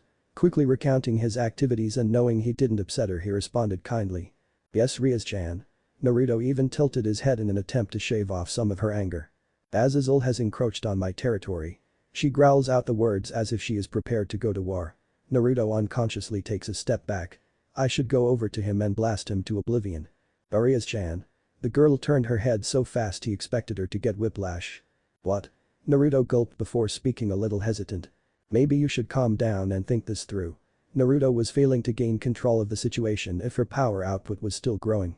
Issei and the others walked in during their conversation and understood what Rias was mad about.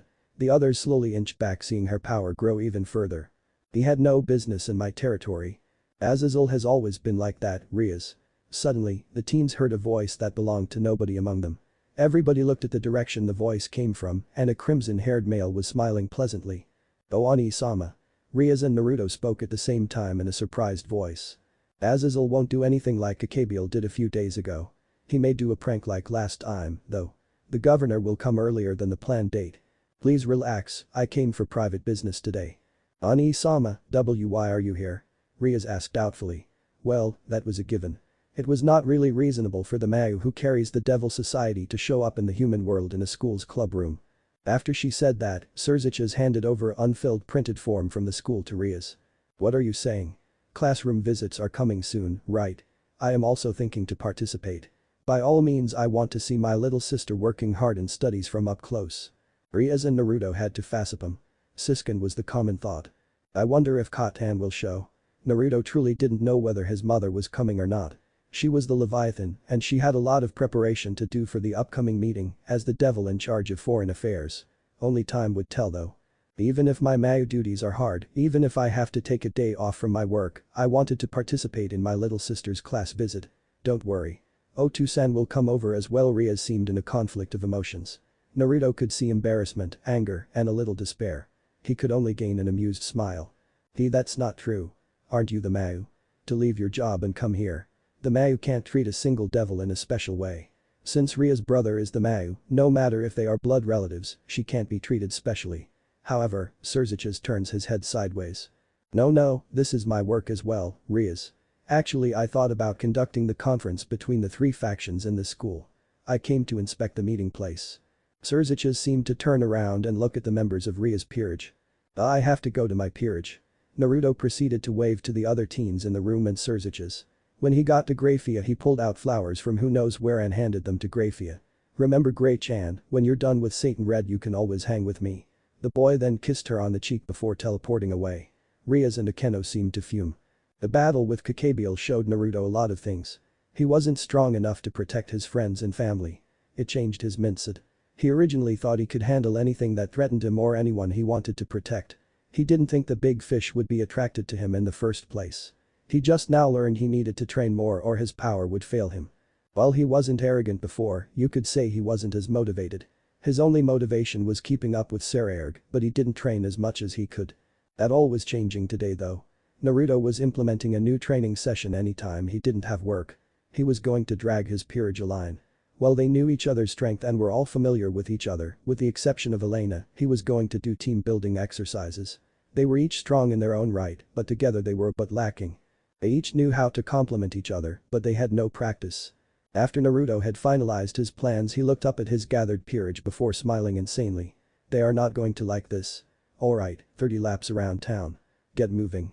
All members groaned before all including Naruto were off. Time skipped 4 hours. All the members of Naruto's peerage were on their hands and knees, except for a heavy-breathing Naruto and a relatively unfazed Bova. They really couldn't tell how the Citri was still standing. Bova was easy, he was a dragon, but no devil should still be standing. They ran their laps and did several conditioning exercises. They were out of it and he looked like he could go in a few minutes. When Naruto caught his breath he flashed his peerage a smile. I want to spar you guys throughout the week. All members paled immediately, they knew their king was not one to be trifled with unless you were ultimate class or above. I think it is necessary for our growth that both yourself and the rest of the peerage know your limits, so let's see. Naruto looked over each peerage member who shifted uncomfortably under his gaze. He looked toward Elena. 0. 2K, 4E48B5, ABC45 equals G5A. 9687 equals 8. How are you adjusting to student life? Well, he knew she could understand any language as a devil, he preferred talking to her in her native language. MB1KA6 equals O equals 0G0, add 82K0BL, equals 5C, it has been difficult, but I have started to get used to it. Came the slightly embarrassed reply. Naruto nodded curtly before moving on. He looked at Kazima. Still charging your family? The boy nodded almost proudly. Naruto sighed and shook his head before moving on. Come va con quella ragazza? Naruto aimed his question at Tsuna. The boy looked confused. Why was he speaking to him in Italian? I don't speak Italian. The boy smiled a little sheepishly. Aimed Tsuna said boy deflated at his king's comment. I've decided, come at me Tsu-kun. Tsuna boy panicked and went red from embarrassment. After watching the boy pop his pills Naruto charged. Tsuna backed up slightly and tried to deflect the hit but still took on a lot of damage due to the power behind it. The two boys got into a fist fight with neither giving up ground until Tsuna ducked under a punch and sent Naruto back with an elbow to the stomach. The boy used the moment to his advantage and charged his ex-burner. Rasen Shuriken. Naruto had an image of himself throwing a giant wind shuriken at an orange-haired person. He instinctively put his hand up and felt a familiar feeling swirl and some water collecting around it. However, right when it looked like everything would come together it exploded, knocking Naruto back and disrupting Tsuna. Naruto. His peerage all ran around him as he dusted himself off. Are you okay? What was that? Valerie immediately went to healing his injuries that came from the explosion. Whatever that move was, it packed a punch. I don't know what that was, it just happened. I think that will be all for today, you guys really look out of it. Starting tomorrow we'll continue conditioning and then some drills to help us get used to fighting as a group. He looked at Kazuma. If you miss out I'll double your regiment. With that Naruto seemingly disappeared into the night before anyone could say anything. When Naruto returned to his house he went straight to the bathroom. He began running cold water and splashed some in his face. I'm gonna be the Hokage one day, believe it. If you ever touch my sensei again I'll kill you. Visions, voices seemed to flood Naruto's mind. He wasn't dreaming yet he could see it clearly. It was almost as if he was really there. Hiro-senin. Tsunade-ba-chan. Kakashi-sensei. Sakura-chan. Naruto could see fuzzy images of faces and hear the names. He shook his head and slapped his face. He turned around to walk out of the bathroom. When he opened the door he was in a valley. The valley had two giant stone statues facing each other, making a symbol with their hands. He saw two more figures on top of the statues. They suddenly jumped towards each other. Naruto. Sasuke. The two met in the middle before there was a blast that knocked Naruto backwards. When he opened his eyes again and he was back in the sewer. This time though there was no eyes. He walked up to the bars and reached to touch them. When he did his hand was grabbed and he was thrown. When he looked at the source of the hand he was met with the blonde hair of a figure he knew as his deceased father. Dusan. Naruto was unsure as to what he was experiencing. The older blonde flashed a smile but did not respond. Where are we? Why are we here? I thought you were dead, how are you here? Naruto asked questions so rapidly he didn't give Minato a chance to respond. Instead of responding though Minato began to fade away. Before he faded completely though Naruto heard a whisper of the voice he only ever heard through video and on TV. Speak with Kushi-chan, she has all the answers. After the Minato faded into nothingness and Naruto was kicked out of the sewer. He opened his eyes again and he was back in his hallway. Naruto wiped a bead of sweat off of his forehead and walked towards his room.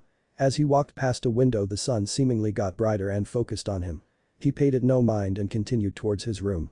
It had been 2 days since Naruto had first started seeing the visions from the past. He at first wanted to deem them as unimportant but they became more and more frequent.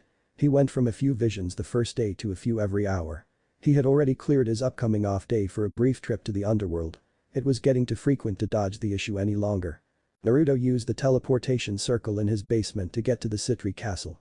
He greeted all the maids he passed on his way to Kushina's quarters. He knew his grandparent were out on official Citri business. As he walked towards the housing for the maids, he took note of the oriental theme that got heavier the closer to Kushina's door he got. Once there he knocked on the door. Come in. He heard the voice of his father's mistress. Excuse me. He walked in and almost immediately she stood on her feet. Oba-san. He nodded curtly to his bowing aunt figure. I have been having visions. She seemed to beam a little when he said that. I don't remember anything in the visions happening for real, but they felt real. I then think I saw he trailed off a little. Who did you see? She seemed to have an almost hopeful look on her face. It was my father. He appeared and said you had the answers. He looked at her expectantly whereas she looked thoughtful. I see. Well I can give you the answers he looked bright and he stared at her. Just not all at once he deflated a little. Huh? What do you mean not all at once? He was a little upset being left out of the loop. She looked unfazed by his comments. You were never allowed to learn all at once not even the first time around. She mumbled the last part out and Naruto couldn't understand. She looked him in the eye and spoke proudly. You are the descendant and reincarnation of the very first hero Naruto Uzumaki. Naruto walked slowly towards the school deep in thought. He was still in shock a little from his conversation with Kushina. It was not every day you learn of a forgotten hero. Naruto Uzumaki was a name known across all pantheons but only by the highest gods as a way to ensure his power never be recreated in a human. Apparently in the early stages of the world the Oriental gods had their own continent that was about the size of China. It was inhabited by their subjects. All the life on this continent was mainly supported by a tree blessed by all the gods and goddesses of the pantheon. It was a fascinating tale. By the time Naruto came along the power of the tree had its power distributed to the population and was long forgotten. Naruto grew into a strong warrior despite his inhibitions throughout his childhood. He was on par with gods and was favored by several primordials, including Gaia from Greece. Naruto's popularity with the primordials made other gods weary of him. He was lured into a trap by a coalition of Mesopotamian and Slavic gods leading to his death with the aid of a white snake. The Oriental gods angered by this vowed revenge. Naruto was subsequently reincarnated several times over history. Most of his reincarnations enjoyed a quiet life, whereas a few were warriors once again. One was a king favored by Ares. He thought about his mother before gaining a pained expression. He remembered what Kushina said. I am the reincarnation of Naruto's first mother. Minato was the first reincarnation of his mother. Every time we have been reincarnated, one or both of us have been deceased. Naruto looked confused. In your first life both of us died the night of your birth. When we are reincarnated we always meet and fall in love. Sometimes though you are born to another mother. Once you were the son of a queen who had an affair with Minato. He was then killed by the king. In every situation whoever is your biological parent dies shortly after your birth. This time it was Minato's time. Kushina had tears in her eyes from having to bury her love another time. Naruto was still told Kushina was not his mother, she wouldn't be the mother to him until possibly the next reincarnation. At least the frequency of the visions dropped though. Now he only received them when it pertained to a situation he was in. He found that out when he was training and heard a bell. Naruto was shaken out of his thoughts by a loud scream. Dude. What are you taking out in front of the public? It sounded like Issei. Naruto was informed by Rias that Zenobia was gunning for Issei hard. Apparently she wanted babies with a strong being. Her options were limited between Issei, the Sekiryu and Naruto, the strongest devil around. Luckily Naruto has been MIA for the most part. Naruto arrived in class and was shocked to see his grandparents Lord and Lady Citri. He expected them to be on business trips, not at class visitations. He looked at the other parents and noticed Zeodicus Gremory was there along with Surziches and Graphia. He took his seat as class began. Class was going by nicely. Naruto did feel the need to utterly destroy Issei for some reason. But Issei looked down at his hands and realized he had created a statue of Rias in nothing but her underwear and bra in a seductive pose, winking and blowing a kiss. He never realized he was making it until he was completely finished. He was actually joyful that he made it though. Suddenly he felt a chill go down his back. I'm getting this most ominous feeling to avoid Naruto-senpai later. Back with Naruto. Did you hear? Issei of the perverted trio made a figurine of Rias One-Sama near naked. All the devils looked towards Naruto and saw an ominous red and black cloud protruding from him. I'm gonna kill him, no, death would be too easy. Maybe I should unseal those memories and have Bova chase him. The others could do nothing but pray, even with the headaches, that Naruto didn't kill Issei. Rias suddenly smirked though. Now she had a present to give Naruto for his birthday and she could tell Naruto was fiercely protective of her. The longer Naruto had to think on the situation led to his shroud growing. It really was frightening. After class. Issei, can I have that figurine? Rias asked with a cute tilt of the head. The boy immediately handed it over to his king with no second thought. It's incredibly well made, what else was I supposed to tell you? Rias started mumbling, but Issei heard her just fine. You were supposed to warn him, but you. Akeno spoke with her motherly smile on her face. Oh yes, thank you Akeno. Issei, whatever you do, don't meet with Naruto alone. He might kill you. No wait, killing you might be too easy for him. The girls started rambling about what Naruto might do to Issei. Kiba soon arrived explaining there was a photography event happening in the gym. With nothing better to do the orc went. When they arrived Issei was shocked because there was a magical girl twirling, allowing students to take pictures of her. As he got closer to the scene he had only one thought. Her skirt was short, her panties were being exposed. The moment Issei was done with that thought process, he shivered and suddenly felt a pulse of Naruto's power, with the room getting several degrees colder. Not that Issei noticed since he went back to checking out the magical girl. Rias looked at Issei and had a sense of dread. That pulse was obviously a harbinger. If Naruto happened to arrive before the boys stopped checking out the one and only Leviathan, a lot of boys would be exposed to the supernatural world. Hey, disperse. Today's the day for displaying classes to the public. Don't make a ruckus in this place. Saji, he was doing his job properly. That big of a crowd was disappearing like spiders, children dispersing. The young men with the cameras who were photographing were also leaving reluctantly due to Saji's pushing. The remaining people were our group and Saji's group and the cosplay girl. You, please don't wear that kind of costume. Wait, would you be a parent perhaps? Even if that's the case, you know there's a dress code according to the place. This is troublesome.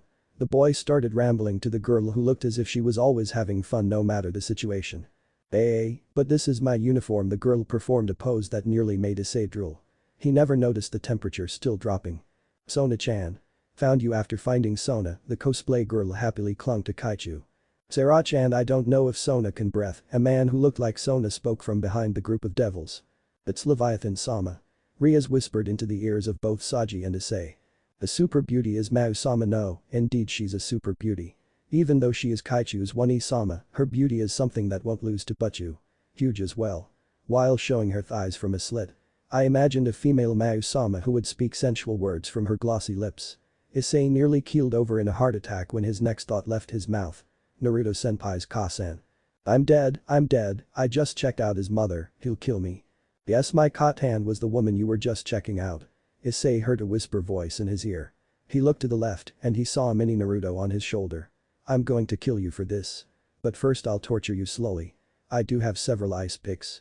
Issei couldn't help but have a mini heart attack at the thought of Naruto's wrath. Sona-chan, what's wrong? Your face is completely red, you know. Since it's the long-awaited reunion with your One-sama, I think it would be better if you were a bit more happy. One-sama. So tan. Calling each other like that and embracing each other in a Yuri way, that sort of development is fine with me as well, One-chan. Aichu said with an unsatisfied expression. While twitching near her eyes. Oh One-sama. This is my school and I am entrusted with the job of the student council president here, no matter how close relatives we are, your behavior is too much. I can't approve of that sort of outfit. No way, Sona-chan. If I am told that by Sona-chan, your One-chan will be sad. Sona-chan doesn't know that her One-chan is admired as the magical girl. Since with the glittering stick, I erase angels and fallen angels. Sona looked around until she was face to face with Tsubaki. Go and find Naruto, now. Her voice was a harsh whisper and Rias was sure everyone in the room heard it, but Serafal stayed focused on Sona. But Naruto. Naruto-sama, Kaichu request your presence. Naruto looked at Tsubaki before bending down to get his drink from the vending machine. Does this have something to do with Ka-tan? When I felt her enter the school grounds I knew So-tan would have to talk to her about her eccentrics. It's always funny when those two meet. Don't you agree? Tsubaki looked at Naruto a bit warily and nodded. He seemed calm, too calm. Aren't you excited? Of course, but I have a feeling I'm going to need to torture someone very slowly, for staring at her Issei will meet his demise soon enough. Naruto's voice turned into a demonic voice that sent shivers down everyone who heard spines. Lead the way, the blonde was following while deciding which way to kill Issei, slowly of course.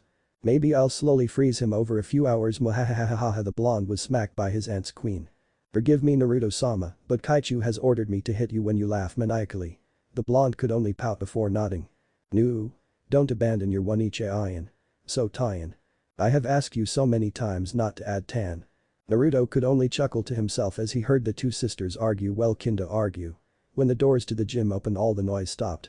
Suddenly Naruto was smothered in a bone-crushing hug. Narutan. The blonde was suffocating and his vision was getting hazy. Suddenly his body went limp. Ah, Narutan. The Leviathan was frantically fussing over her unconscious son. Everyone present could only sweat drop. Suddenly there was a flash. Everyone looked over to a teary-eyed Lord Citri who had a camera in his hand. Sniff, this reminds me of when he was younger and would visit the Gremory household. Serafal would constantly scream something about beating Rias tan. Sniff, he was joined in a hug by a teary-eyed Lady Citri. Sniff, I remember too, dear. They grow up so fast. All other devils could only sweat drop. And they say the Gremorys are weird was the common thought. Oh my, ice. Oh Otu-san. Issei's parents moved towards the group with their hands. Hi do Issei-kun, are those people your parents? Zyodaka spoke whilst stroking his beard. He looked to be scheming. Maybe I can have a good time with them. Why yes. They're my parents. Back with Serafal, she was still over her seemingly lifeless son. With every passing second she was getting closer and closer to hysterics. Suddenly a giant gasp came as Naruto shot up from Serafal's lap. Before Serafal could glump Naruto, Sona intervened. As much as you would like to hug Naruto, we must get to class. The student president forced all to return to their classes before the bell rang again.